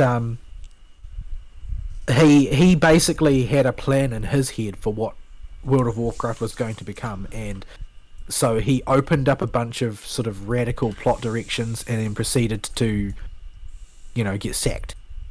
So now they've just got a whole bunch of plot threads flapping in the wind and no idea what the shape of the setting is supposed to look like, a few years down the road. And I presume that this is why they've brought Metzen back in, since he is basically the granddaddy of Warcraft. Yes, save us, please. And he's got to basically, put some fences around their, quote, good ideas, unquote, so that they don't, introduce a new race of, like... duck people. Yeah, something ridiculous. I mean, they've already done furries several times now, so I'm not really sure how much worse it can get. But, yeah. Ack! I didn't do it. Never mind what you just saw. So, yeah. We'll see. Like, now that they've got Metzen back on board, there's a ray of hope. Whether or not they actually listen to him. Maybe. They are pretty far down the hole, and Metzen didn't do anything to stop them back in 2016. No, he did not. About the only thing he could do that would start moving them in the right direction would be to say it was all a dream. From everything post Wrath of the Lich King. I don't think that they were in that much of a bad way back in 2016. Like, I think that there was room for them to make an about face, because while the whole panda thing was questionable, the writing technique in broad strokes, if you use the low bar that is necessary to assess your average video game writer in the West, it was not too bad on a technique level. It's just the subject matter was a bit dubious, and they were working with a bunch of Mary Sues nobody liked that had been built up over mostly in external media rather than World of Warcraft itself. You know, characters like Krasus and Ronan that nobody liked, but nobody knew either. Well, Ronan like them were people that had ever heard of them. Yeah, Ronan was a self-insert for... I'm trying to think of the name... The really hack writer. Oh, Knack the Hack. Most of them are hack writers. Some of them are alright. Christy Golden's is alright. Christy Golden's did good. Most of them are hacks. But, they basically by MOP and Legion and that sort of MOP, Warlords of Draenor, Legion, basically they were working with bad materials, but some of their techniques were good. Warlords of Draenor was destroyed mainly by an insanely distorted development cycle, which resulted in most of the stories they wanted to tell simply not being done, period. Yeah. Like, the supposed slide off the slippery slope that happened to the Draenei faction leader for the WoD Draenei from Draenor, that never happened on screen. It was all off screen, but you know, there were stories about her that were supposed to be told in the scope of WoD that never happened because of the development cycle. And, you know, the story ended early because of the development cycle. Like, whatever could have happened in there didn't. It was a mess. It was a disaster from a production perspective. Because I remember now. Yeah, Irel was supposed to kind of go through this downward cycle and eventually fall over the despair horizon. She was supposed to, basically the idea was for her to be sort of like an Anakin Skywalker character. Like, she comes from a relatively humble background, even though she's a student, but just a humble student of Velen. The big cheese. But who dies. She sort of rises to the occasion and becomes a hero in her mentor's stead, and then starts to basically, after becoming the golden child, begins to fall apart. And that's a reasonable storyline that you can write. However, we never saw it. As far as anybody is concerned who plays the game, it never happened. It just didn't happen, yeah. Like, another character that got done dirty is Sarah. Yeah, nobody knows what the crap now. Yeah. Because she keeps seeming to die and then come back, or whatever. Yeah. Is she dead? Is she not dead? Is she pseudo-dead? What does it mean that she's dead? Like, what is the impact of that? How important really was she? Is she really that much of a linchpin to the Emerald Dream or not? Does she matter at all? Does she even mind at this point, or does she just kind of doing whatever? Basically, they had a lot of... They had the technique down, but they didn't have like the they didn't have a good idea of what needed to happen, and so they just did random stuff, threw random stuff at the wall to see what would stick. Yeah, like they knew they had point A and they had point C, but point B was completely missed. Yeah, because at this point, Metzen was more or less, you know, the last thing that he worked on was speaking out the opening cinematic for Battle for Azeroth, which is why the opening cinematic for Battle for Azeroth still sort of looks like World of Warcraft. Yeah, it's a bit like it's sort of like modern toony World of Warcraft, but it's still World of Warcraft. But after that, things went really sharply downhill. Like, as much as people have criticisms about MOP, about WoD, about Legion, the criticism people have for BFA and for Shadowlands are like several orders of magnitude more strident. Yes. People hate that stuff. And with good reason, because it's just bad. It's like bad in the conventional, completely orthodox definition of bad. Yeah, as in, it's not good. Yeah, like, I know we've already said it, but the stories they had, the ideas were good, like Sylvanas going off the deep end and basically declaring war on the Alliance, or basically everyone. That in itself isn't a bad story, but it was just executed so poorly. I think I would have rather see Sylvanas run in the groove of Warchief for a while, rather than having this sort of like retrofitted story of how she was actually working for the jailer all along, etc., etc. Yeah, like that was nothing so- that involved nothing that happened in Shadowlands makes any sense. It's all bullcrap. Yeah. I think I would have liked, as you know, a long time Forsaken player. I was totally a Sylvanas stan, and I agreed with basically her perspective on the way the war should be fought because it was a freaking war, and she appeared to be the only one who wasn't playing Happy Families and hadn't forgotten that. What are you doing, Aristotle? I stepped on a mine. And Yeah, then and got then, punched. yeah. Where's he going? Where is he going? Don't coming back. know. This is something very... Bit Looney I Tunes expect- going on here. Yeah, I expect to hear the Benny Hinn song. But yeah, like, it's But, a yeah, shame. I think it's in I a lot would of have missed opportunities. preferred.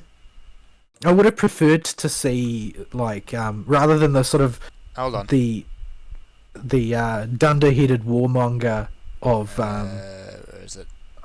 do you know what you're doing, Fern? Um, Do you claim that you can find things in your inventory? Yeah, that ain't happening. I'm trying to find my Phoenix Why is down. the I know only- I got one in here somewhere. Listen, The person, I'm gonna do it because I can actually find things in my inventory.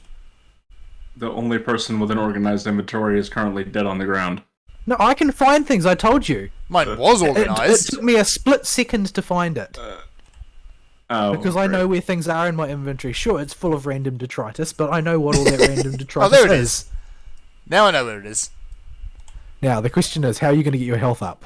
The sustaining potion is working very slowly. But yeah, I would have liked to see a Sylvanas that was like a just a more extreme version of Horde leader. Like, she actually has plans. She actually wants to win. She's not interested in happy families because she's got an agenda. And watching that political environment just sort of simmer, as opposed to just, burst onto the scene and then vanish, Yeah. which is what actually happened. Like, there are, and this is basically the long and short of World of Warcraft. There's always things they could have done that they didn't do because they suck. Like, that's basically it, really. Yeah. Also, Vol'jin. He spent 3 expansions sitting around. He finally gets to do something, and then suddenly he's dead. Yeah, Well, that they, was... they, Oh crap. they hype him up and then they just kill him. Yeah. There's a wishing somewhere. Okay, somebody else got it. But, Like- I think that the bones of a good story are there, but they need somebody with the will and technique to assemble the story, rather than just put the head on the end of its tail, like what's his name, Edwin Cope. Yeah. Oh, I'm not opening that. If y'all want to chance it, go for it. No, let's just leave I it live be. dangerously.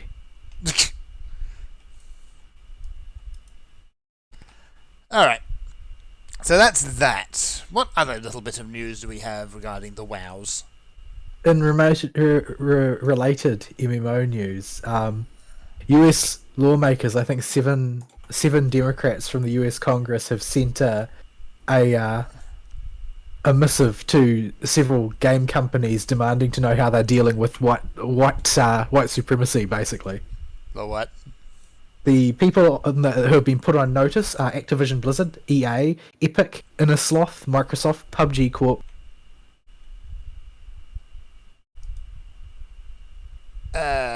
So, yeah.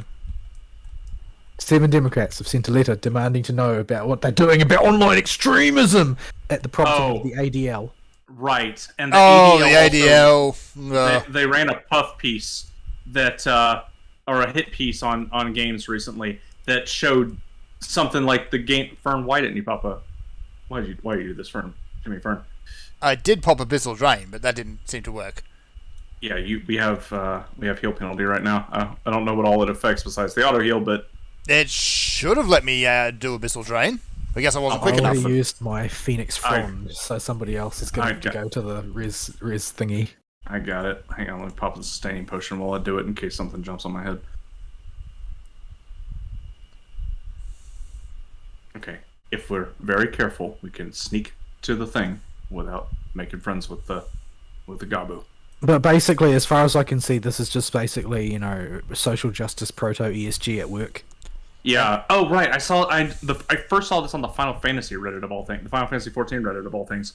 There was a hit piece on MSNBC that said 61% of players in Final Fantasy 14 were targeted for online harassment, according to the ADL. By what That just means definition? that means they received a Gil selling spam text. Yeah, probably. Yeah. I mean, listening to this is MSNBC all- is your first mistake.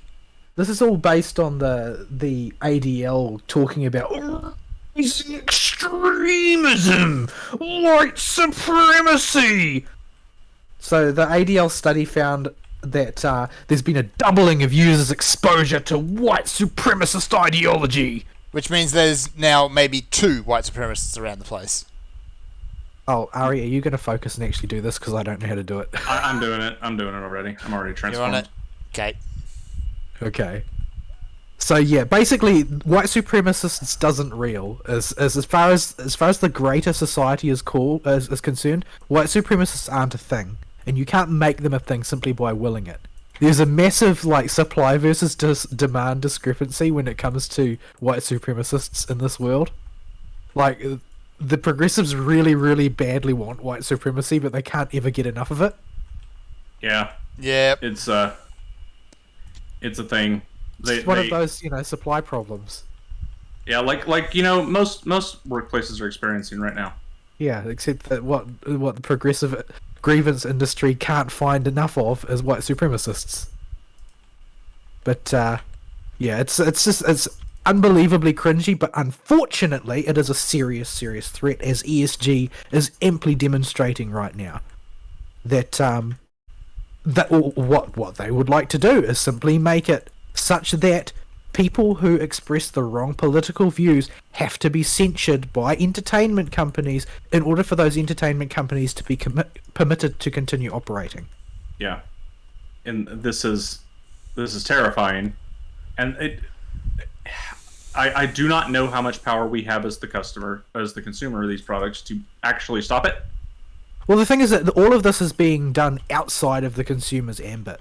Like, nobody in this equation is concerned about consumers at all. That's the thing. Yeah, Provided that the dollars keep rolling in, none of these companies give a toss about free speech. and that's what's so frustrating about it is because we, as the customer, I don't see a way we can try and even fight it.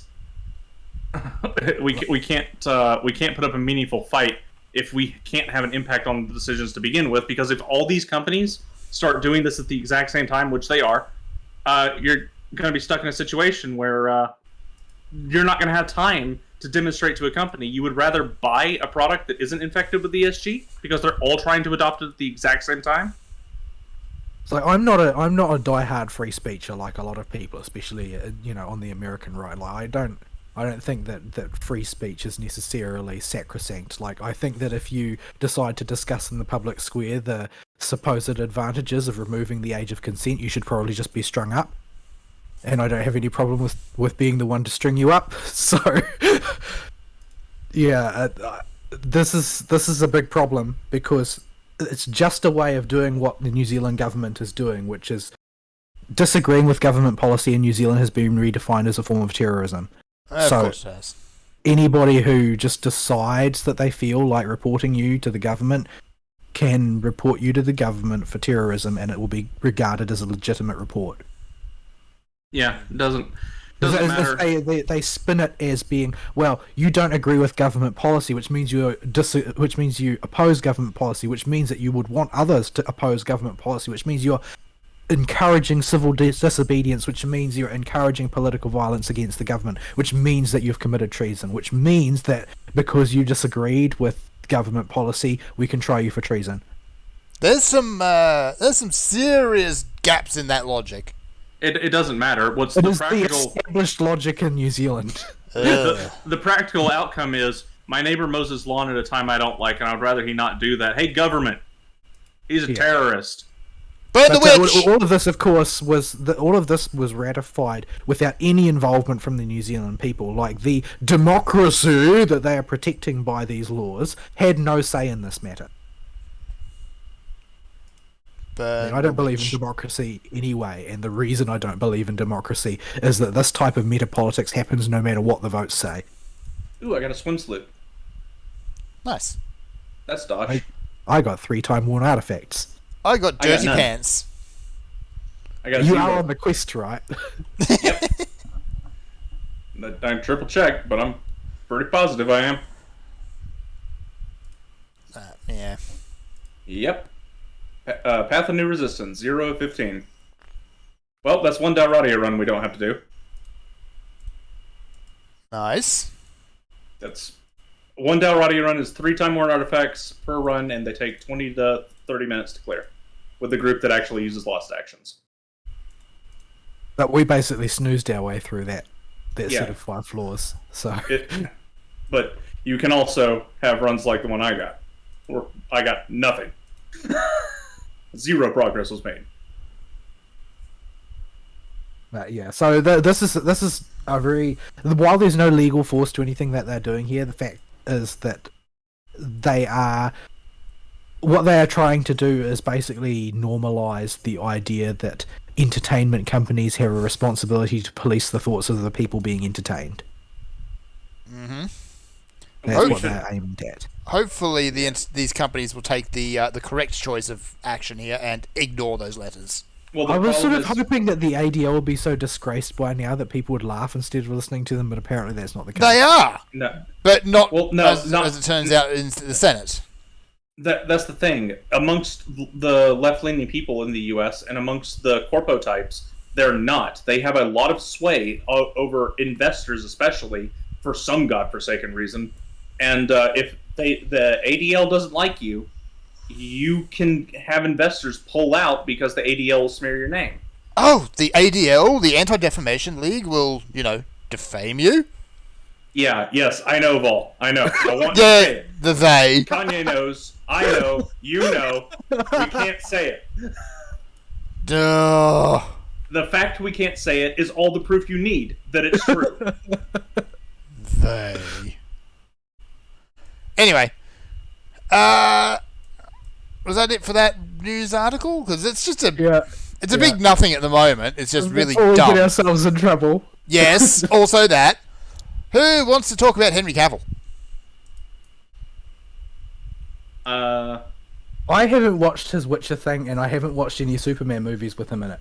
I recommend you I watch the first season of The Witcher. It is really good. The second season of The Witcher Yeah. is arse. Well, I mean, he threw a wobbler and left the series because they wouldn't stay true to the source material. Yeah, and, props to him for that.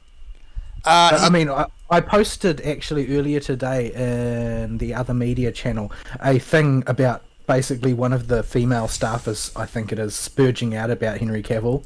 Yep. But once you filter it through the fact that it's basically somebody being judgmental and hysterical towards somebody that they don't like, it becomes pretty evident that actually he was trying to install some type of sanity to a show which was clearly going down the drain.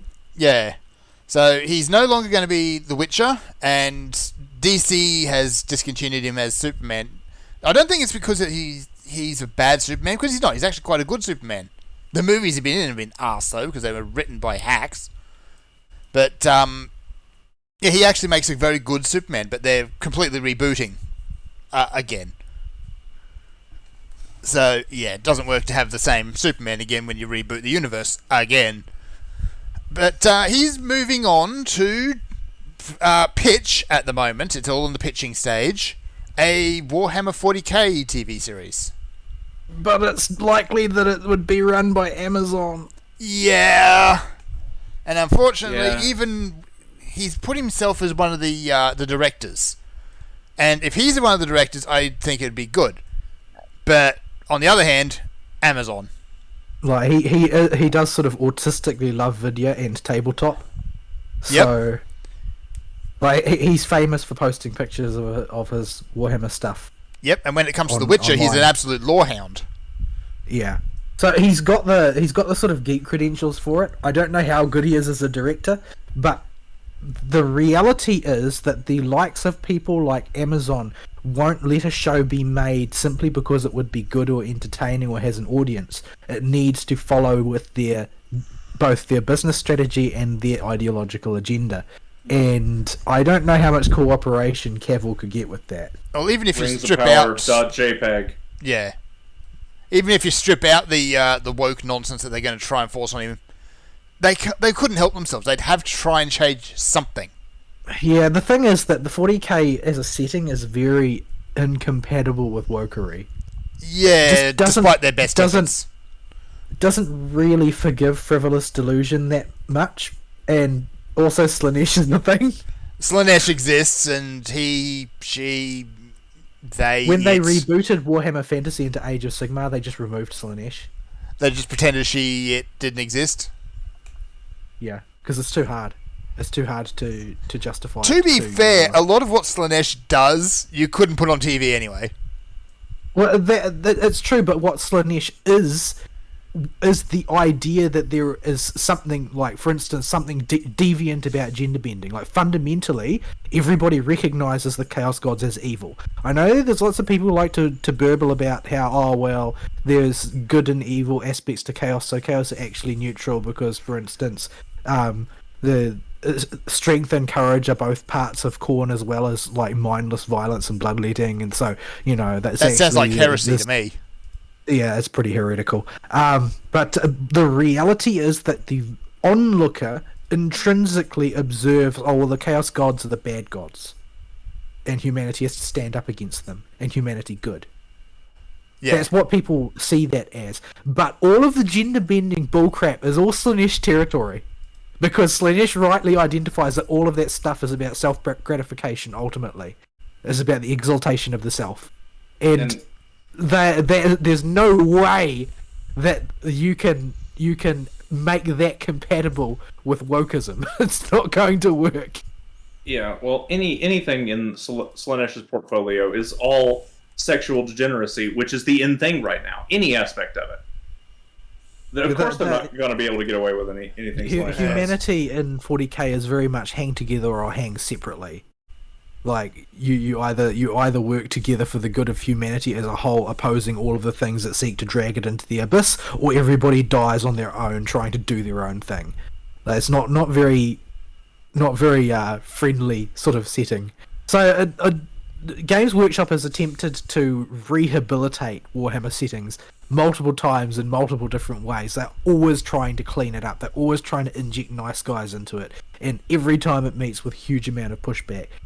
So sooner or later, either they're going to try too hard, go a step too far, and kill their own franchise, or they're just going to have to give up on getting certain things into the modern, quote, mainstream, unquote. And when I say mainstream, I mean that unique pronunciation of the phrase modern audiences, which is a Venn diagram encapsulating no human beings. Yes. Yeah, they're always trying to do things for modern audiences. But they've never been able to present a modern audience member. That's the thing. Because what they actually mean is the writing team. The writing team are the audience for this work. Yeah.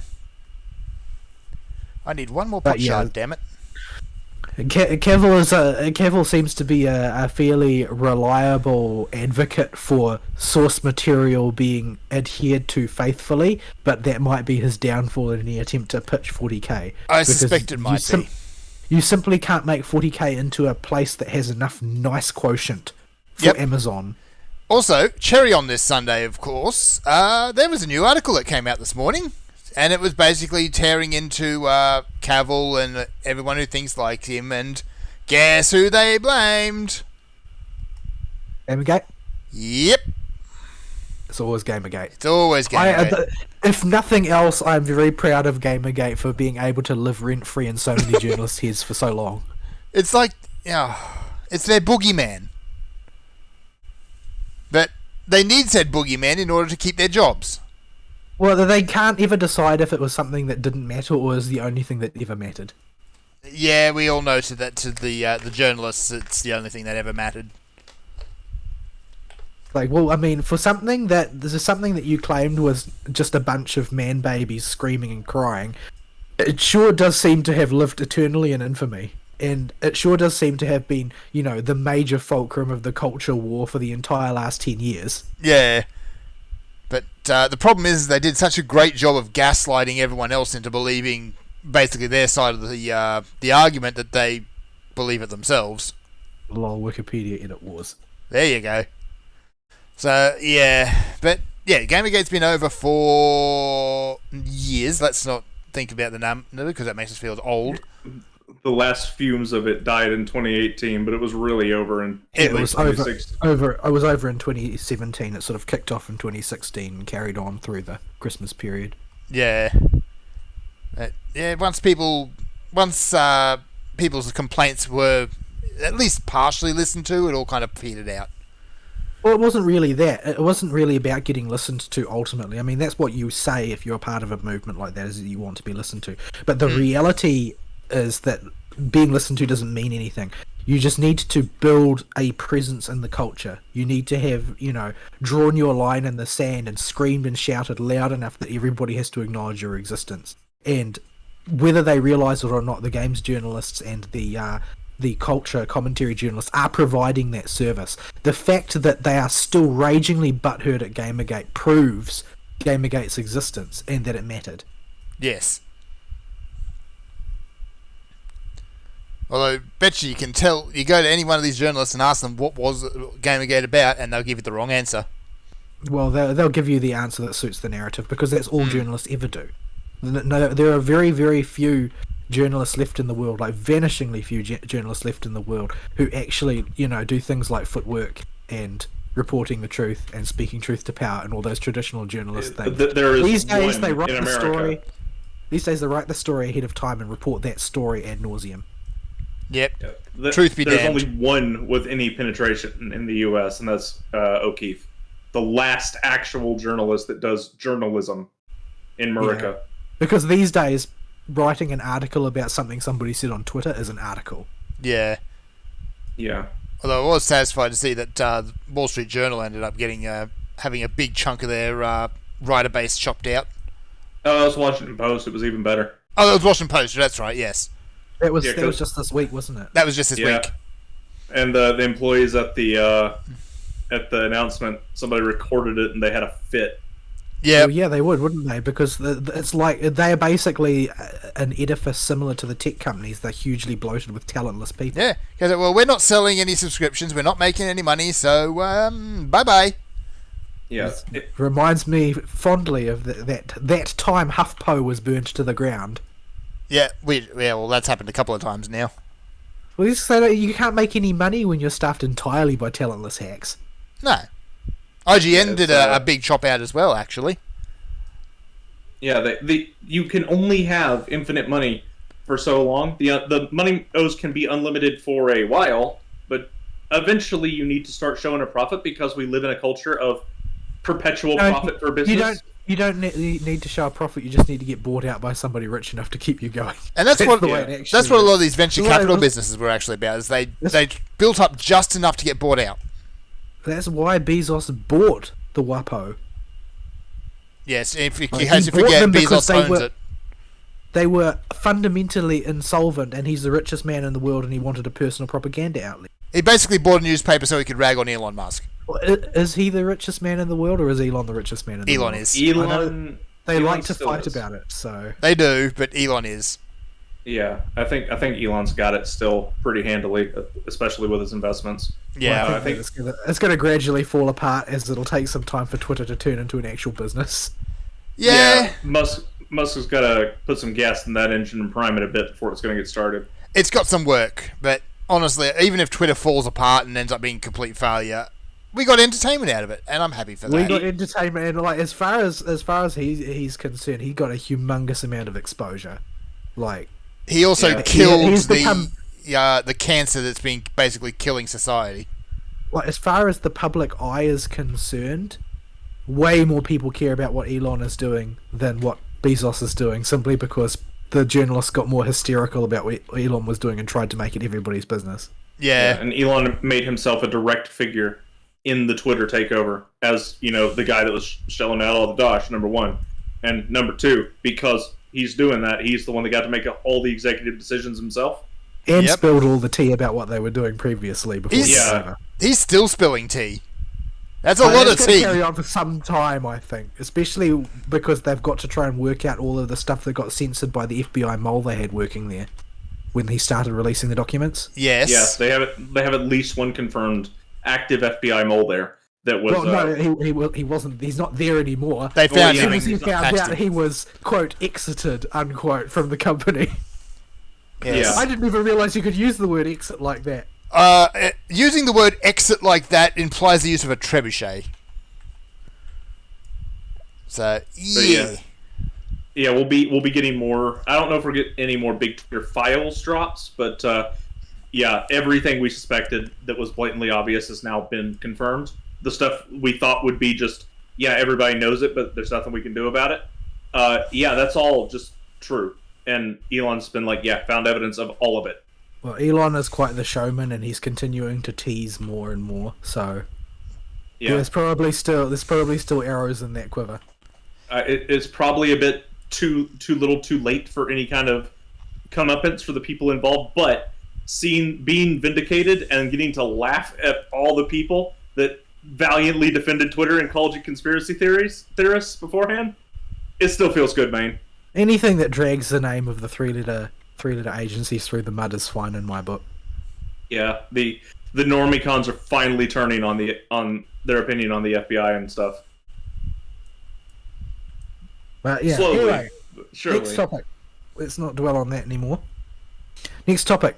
2 new DLC characters got released for Melty Blood type, and the fan base Yeah. are filled with rage. Who did they add? They added Ushi Wakamaru and they added Edmund Dantes. Oh dear. These are Type Moon characters, but the fan base is mad for a very specific reason. Yes. Well, a narrow portion of the fan base are mad because they made Ushi wear clothes. Most Yeah. of the fan base are mad because of its gacha bullshit invading their Melty Blood. Yeah, there are a ton of Melty Blood characters, a ton of FGO characters, but have no relation to the Sekigahara universe, and plonked them in there. Like from a commercial perspective, it seems like the obvious play. But Yeah. the thing is, like, why didn't they just make an FGO fighting game? Because I would already be playing it if that were the case. That would But act. they didn't. That sounds like a winning it formula, time. honestly. Give it time, and maybe that's what Melty will become. But Yeah, well, much to the boiling rage of their fan base. The problem is that the user base of Melty type Lumina is like 500 people grand total. it's not many, no. Yeah, its active player base on Steam, I think, peaks at like 1,000 on a good day, a really good day. It's niche. Let's just call it that. Yeah, it's an anime fighter. Yeah. It's Well, active. it's an anime fighter that already puts you on the back foot, but then you're also like really niche within the scope of that, and you're a sequel of something that was really niche within the scope of that, something that had been the only thing that those people had played for the longest time, and they're not because you made a sequel either. Yeah, and these people that are all active players now, probably most of them were fans of the original Melty, and they all have the characters in mind that they are hoping to see again come to the game, and seeing different characters show up. They seem to be accepting of the new characters that have shown up in the new Sekime. Like, they understand that. Well, it's because they're theirs. They're not somebody else's characters. They're their characters in their minds. Yeah. Talking all the time about, oh, I can't wait till they finally put Lin in. Or I think that they really should have done that. Like, from a commercial perspective, putting FGO characters in makes sense because it gives you an opportunity to expand the player base. Although picking those two is an odd choice, and unless what you wanted was the Dingle Rumpus player base. But Rui but- didn't do the art for this stuff. I know, he doesn't No. do the sprites. But ultimately, that's what Dante's is associated with, Like- primarily. If they wanted to really drive it home, wouldn't they pick something like MASH? Mash is already. in there. Is she? Yeah, Oh, there you go then. Yeah, Yeah. she was in there. She was like the first promo character on launch. Okay. Yeah. Each time that they brought But her the- from FGO. Yeah. The reason there was less backlash with Mash is because she came out alongside a Sekigahara character. Yeah. This was Yeah, the reason it there's wasn't an incursion of FGO. this is just a double new character drop of exclusively FGO characters and no Sekime characters. Okay, that's where they've gone wrong then. Yeah, So- like it's sort of like it's something they did that was impolitic. Unfortunately, that it was impolitic is being reframed by the player base as it being bad. Very few people seem interested in whether the characters are actually fun to play or not. Yeah. Yeah, I don't actually have a problem with them putting a shirt on Ushi because in a fighting game sense, that's a There's lot a lot of of jumping takes place, and especially Ushi's character is like both lore wise and in her portrayal in Type Moon and in a fighting game, the way she plays specifically, Ushi is like canonically an ultra jumping centric character. Yeah. Do you really want to see 8-bound leap with tiny Ushi titties flipping everywhere? No. Because they will be in full view if she does it enough. If less they put a shirt on that girl. I don't have any commentary on the way these things play. Like when I look at a character, I can't identify anything about their play style. Yeah, I don't know what she actually does. I just know that's one of her moves. You haven't looked at any other footage yet? No, I haven't had checked it out. I've been mono-focused on those duels in 14 that I was talking about. So Does Dante's communicate solely in maniacal laughter? I think he mainly broods. They're going the other way then. I'm not super attached to Dante's the character. I like Rui's art, so I liked Dante's in FGO for mostly that reason. But as Dante's the character, I mean, he's just there. I don't like or dislike him. He's more of a plot device than a character most of the time, anyway. All right. Well, I mean, he's like Gouda's #1 stalker. Well, He literally lives rent free in Gouda's head. I mean, he's hired help at this point. Well, yeah, he does sort of like perform he just sort of moonlight as mental defenses, but he does Yeah. literally live in the protagonist's head. Yeah, he's security guard for Gouda's brain. Yeah. All right. We have one more article which I want to quickly go over before we start wrapping up. And that is we have the website up for patch 6.3 for Final Fantasy. Yes, indeed. And while I'm always excited for it, and I feel the one thing that I think that FF has really done well is their content drop cadence. Like I think that they've got their pacing really good, especially with the amount of content that they tend to drop each time. But yeah, I'm excited for it, but I'm also sort of butthurt that I haven't had enough time to do even a fraction of the stuff I wanted to do before the patch was coming out. And it's probably imminent. Like, I really wanted to farm up all of the glamour from the Alliance raid, but because it's going to be very hard to get a queue for it once it's no longer the most recent one. It's already kind of hard to get a queue for, but when the new one comes out, I mean, it's going to be a lost cause for a while, I think. Yeah, the only Alliance raid for glamour farming that I'm able to get queues for is the Shadowbringers ones, because that near gear is very splashable. And goes everybody with, wants it. Everyone. Everybody wants it. Fundamentally, everybody wants it. They either want the chest pieces or the boots from Copied Factory for a ton of different glamour sets, because they go with so many things. Or they want... a lot of stuff in Paradigms is very unique because it's got that modern-esque near style to it, or they want some. Well, they're all just sort of understated as well for the most part.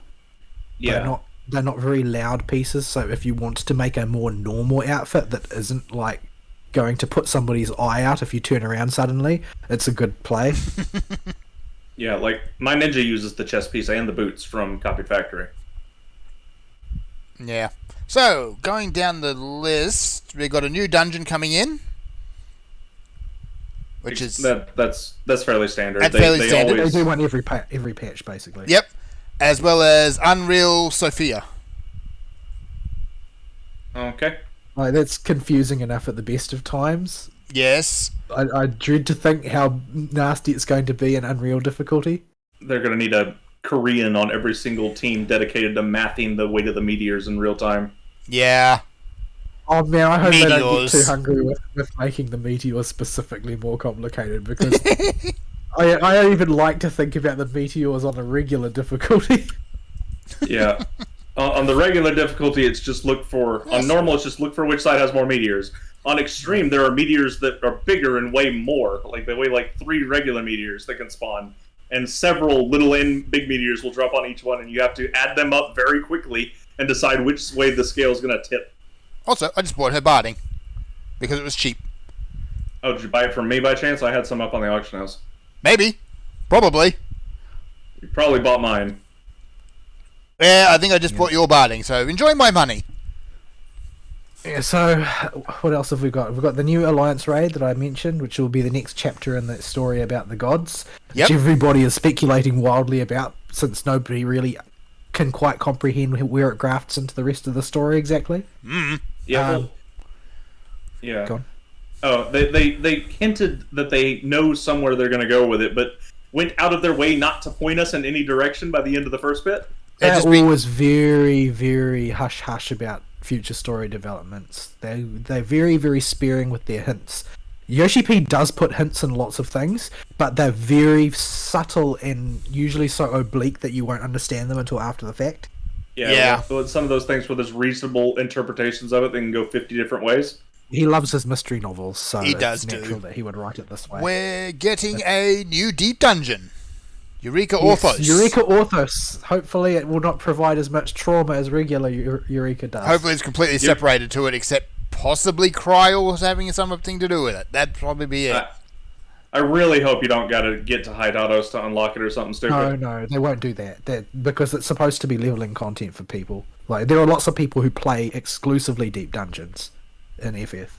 They wouldn't do that. Speaking of, the guy that, the big deep dungeon guy, Angelus Demonus or whatever, finally cleared both Palace of the Dead and Heaven on High solo with every single class. Oh, yeah, I do saw it those on- score charts. Damn. Yeah, to do it on Astro, he had to double pull on the floors that have, on literally every single floor after, like, You'll have floor like 160. no seconds left over by Yeah, the time it- you finish. Astro does so little damage that he was booking it, double pulling the whole time, and had to basically just run it enough times to get lucky. It's going to legit matter like which cards you put on yourself all the time.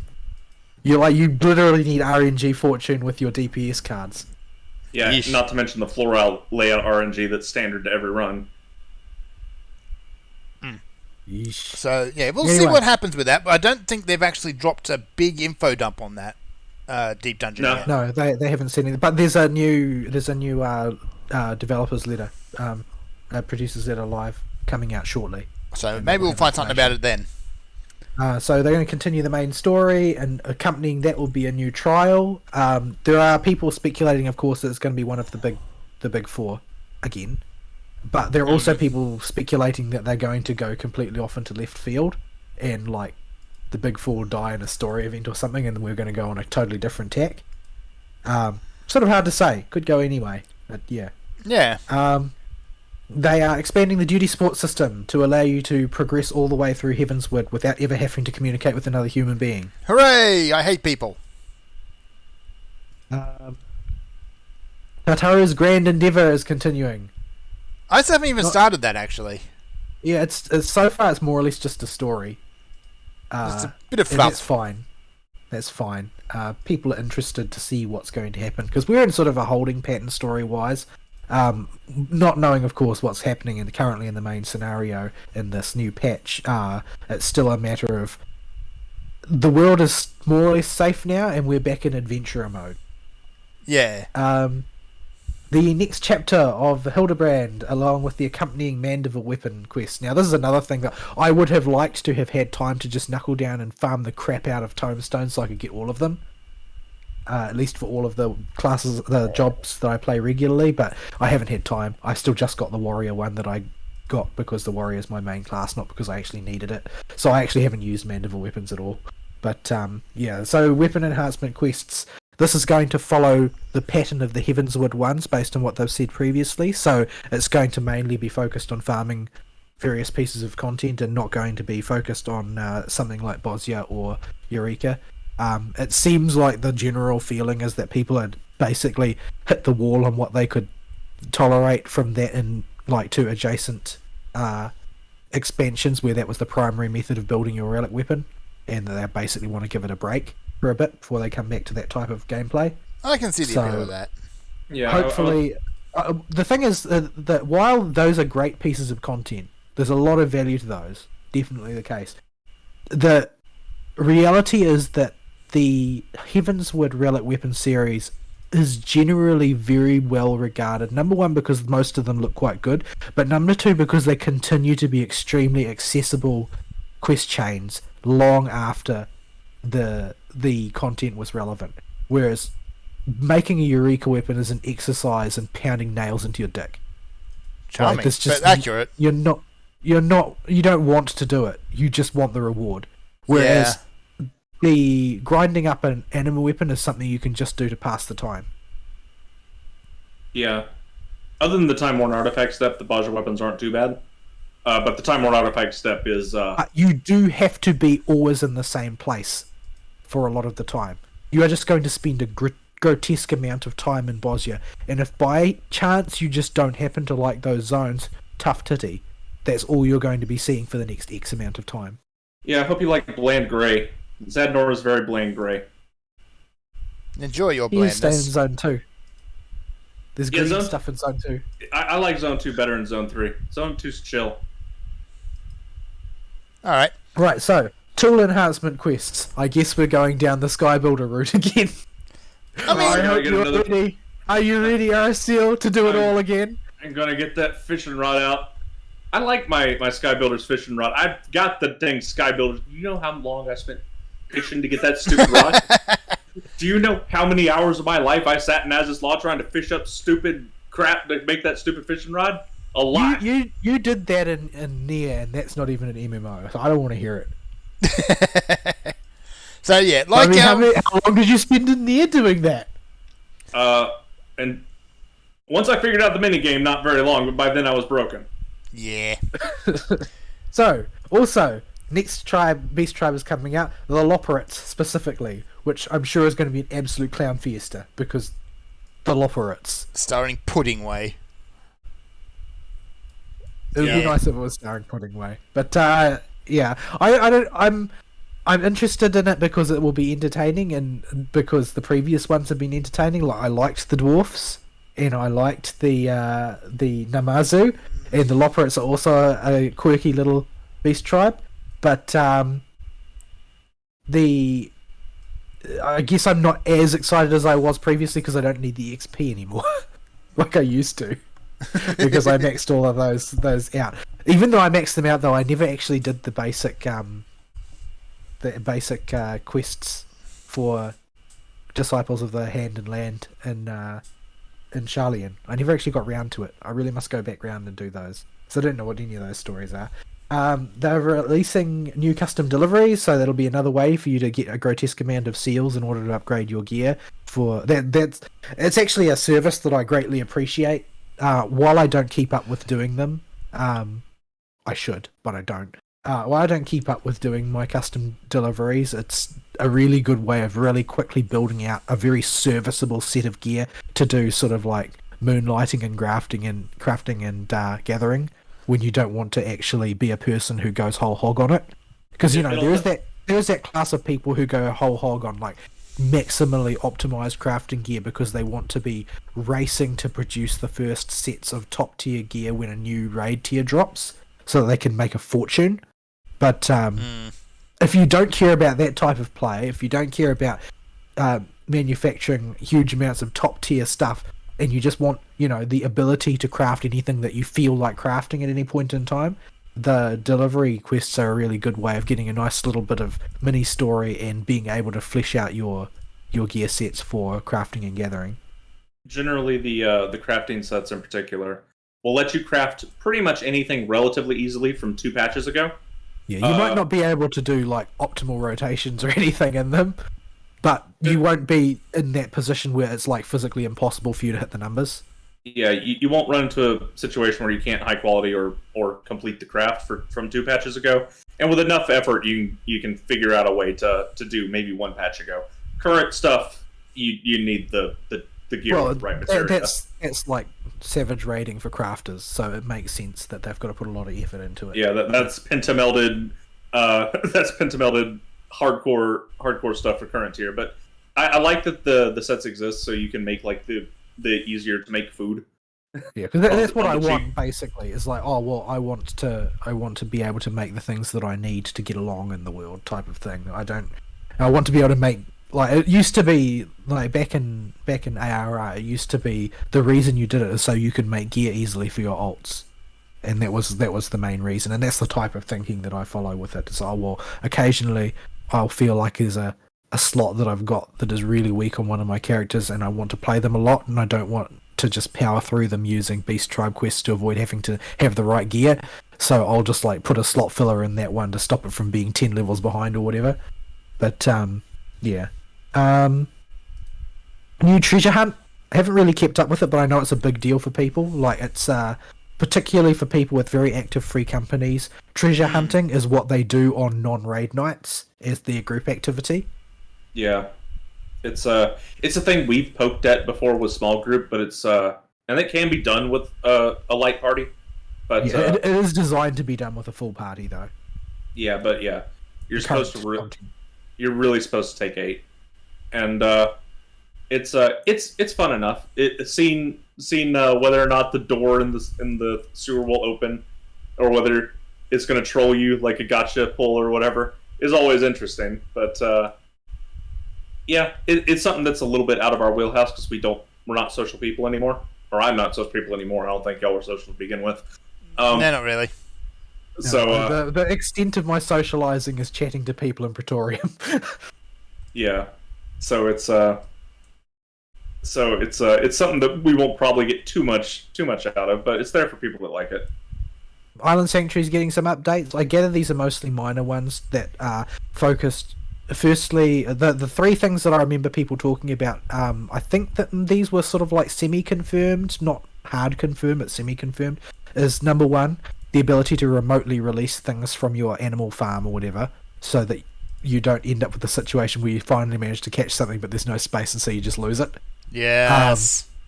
They're introducing some management features for scheduling your production of stuff. Thank I think. goodness. Oh, yeah. And the other thing is that they are adding some customization stuff, so that what it sounds like you can put outdoor furniture on your island, or at least that was something they had planned to do. I don't know if it'll make it into this patch because apparently it's technically super complicated, because housing stuff is designed for houses. It's not really designed for Island Sanctuary, but it was certainly a goal that they wanted, and that they had talked on previous content, that they wanted you to be able to place your lawn furniture on your island. The problem with Island Sanctuary is after you've done it for a little bit, it very quickly becomes tedious. Well, it's meant to be tedious. Like, it's meant to be content of the kidney of running around in circles in the capital city. Yes. Yeah. Which, I don't know about you, but I do that an absolute shit ton. it's I haven't done much with the Island Sanctuary, though, myself, personally. I don't really know how it works yet. They intentionally downplayed it as something that what's the word I'm looking for? That, like, don't expect this to last forever. It was sort of a featurelet. It wasn't meant to be like an ongoing focal point of the game. Like, unfortunately, it is impossible to downplay anything in the current streamer paradigm because they will hysterically pursue it and burn it into the ground. Yep. So a lot of people think of it as a bad feature now, simply because streamers were only able to get X minutes of content out of it, which apparently is the standard now. Yeah. Like, because they downplayed it, I didn't expect it to be this huge chunk of content, and it was fine for the month that it occupied, where I was on and off just poking at it. And that seems to be the way you were meant to do it, is just poke at it a little bit once in a while. You can get started and put a little bit of time at the start, but after that, it's just poke at it once in a while. Everything about Twitch streamer culture has been absolute cancer to the games industry. Everything about streamer culture has been cancer to people in general. It disgusts me in a way that I have trouble verbalizing or finding words for, and that I feel like it actively hurts people when they try to. It's basically like the maximum apotheosis of the consumer culture. It's like when you reach peak consumer, it looks like streamer culture. Like, I mean, I can self-servingly separate out, say, VTubers from this because they often play old content and it's more about the characters that they play on stream than it is about, you know, the latest game or whatever. But what I'm mainly talking about are these streamers that make up, like, the mega streamers on Twitch who are always, like, riding the wave of the latest thing and are basically the taste makers and popularity for the latest thing and so on and so forth, who spend all of their free time playing video games, and people will judge video games based on their streamer's opinion of it rather than any of the qualities it has itself. And the way that this has become an intrinsic part of marketing and game longevity and game content decisions and that is horrific. And Island Sanctuary is one of those things that does not withstand that environment, period, end. Yeah, it's a right mess. Yep. Crystalline Conflict is a new arena. For those people who love that game, I haven't played much of it. I liked it when I played it. It's just there's so many things to do in FF. I don't have the time for Crystalline Conflict. There's so many other things I want to be doing. Yeah, it's fallen into the unfortunate block of I can't do it with my friends, and it's while they can have their reasoning all they want, it can be as good or bad as they want it to be. The fact of the matter is, that's content I would prefer to do with other people, and I can't do that. I think basically you have become incapable of playing FF without your pet neat. Reaper's around, you just don't want to play anymore. I mean, all the duels I did this past week were all solo content, but you know, with your pet neat making sure to mark landmines and stuff. For the one duel, yes, I wouldn't do that one unless he was around. Gold Saucer has a new Leap of Faith course. Always welcome. Yay. Leap of Faith I enjoy doing, as much as it infuriates me in the short term because, you know, platforming mechanics in an MMO. Lol. I especially hate platform mechanics in Final Fantasy, and I use a controller, so they're actually not as bad for me. But I still don't like them in this game. The jank works out just fine for me. Like, because I'm so used to such a high level of jank already, given my ping, that I can't even notice the additional jank added by having to platform. Housing update, I don't know precisely what it entails other than that demolition will be back. So if you don't freaking log on, you're not going to keep your house. So, which is good. I've been studiously throwing money at small houses and going to collect my refund for a long time now. Yeah, they disabled it because of the login issues that people were having around the launch of Endwalker, and they kept it off for a while. But basically, that means that there's a whole bunch of fellow locations around the place where people have bought houses and then stopped playing at the end of the release wave, and nobody can do anything with those anymore. Which is why, you know, you can't. It's simply impossible to get plots in the Lavender Beds, Hingashi one. Oh, that one. And in Imperium, you basically it's permanently impossible for there to be an open plot there. You just can't get them. It just ain't happening. It's not even like the ones that you've been putting money on, where they occasionally one will crop up and you can go into the lottery for it. You just don't get open lotteries in those other locations. It doesn't happen because it was when they were the new hotness. People bought them up. I mean, the Weeb one, of course, is always going to be full because it's the Weeb one. But as far as Imperium's concerned, most people aren't really so married to the aesthetic that they are going to buy them on principle. But because it was the new hotness at the time that they were ending the demolition temporarily, basically all the people that just bought one on impulse have still got it, and even if they've never logged on since because the release wave is over. So yeah, and yeah, so there'll be a bunch of other stuff as well. So yeah, Usual it's stuff. looking like, as usual, a very solid patch. Yeah, nice meaty patch. Lots Meaty. of stuff to do. And considering that, you know, I've got stuff to do going back to ARR still. Yes. I'm not wanting for content. Yeah. So yeah, we do not have a date for that as of yet, but it shouldn't be too far off. It's usually, I think, 2 weeks after the Moogle Tombstone starts. Usually about that, yeah. Well, 2-3 Moogle weeks. Tombstones just goes until patch, so we'll Yeah, have to so see. they said early January, but we don't have a firm date. Yeah. Yeah. Yes. We'll just wait and see, but we'll probably get a date when the Producers Letter Live comes out. I don't remember the day. Can I find it quickly? Is that going to be a doable thing? Lodestone, will you help me? No. Lodestone helps no one. Lodestone is really uncooperative and not very easy to navigate at all. Oh, tangent. Tangent? About the Lodestone and Mog Station. It's Oh, number no. 23. There you go. Okay. So they had a $1 trial of the stupid companion app thing that lets you have an extra saddlebag and retainer. I needed to offload a ton of crap because you get 99 lockboxes every time you win a duel. And so I had a ton of lockbox garbage I needed to get on the auction house and sold. So like, oh, sure, I'll grab an extra retainer for that, and that'll be great, and I'll have this extra saddlebag to play with. And if I need to keep it going, I can pay the extra $5 or whatever. I don't mind that. Do not pay with your Steam wallet for the service. Oh. Because what will happen is your Steam wallet will get hung up in payment processing if it's a weekend, apparently, and this is a known issue. And you'll just lose access to everything in that saddlebag or retainer for the weekend that your payment's hung up. Oh, well done. So, like, for instance, I never used Steam Wallet for anything, ever. Yeah, so I did this because I did not want it to continue if I didn't like the service, and my Steam wallet is usually empty, so it's sure to auto-cancel. And now my second saddlebag is stuck like this. Great. You will notice there's a whole lot of Baja stuff in there that I can't touch right now. Well, hopefully that gets sorted out. So soon. does that mean you can't advance any of those weapons either and stuff? Correct. They are all frozen. And you can't get your Time Worn artifacts out. Correct. So, This is And not a all- Schadenfreude. I just think the system is absurd. and even better, all those auctions I put up on that third retainer to try and get them sold faster, they're all stuck in limbo.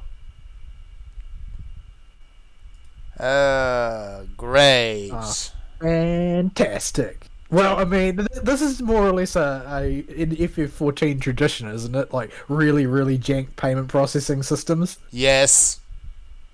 So yeah, I was mad as heck about this earlier in the day, and if about 12 hours hadn't passed since I first discovered this happened, I would probably have been popping mad at it at the beginning of the show. But this is a thing I felt I should warn people about, because it's all stuck. I can't do anything with those weapons. Use your Visa. It'll be fine.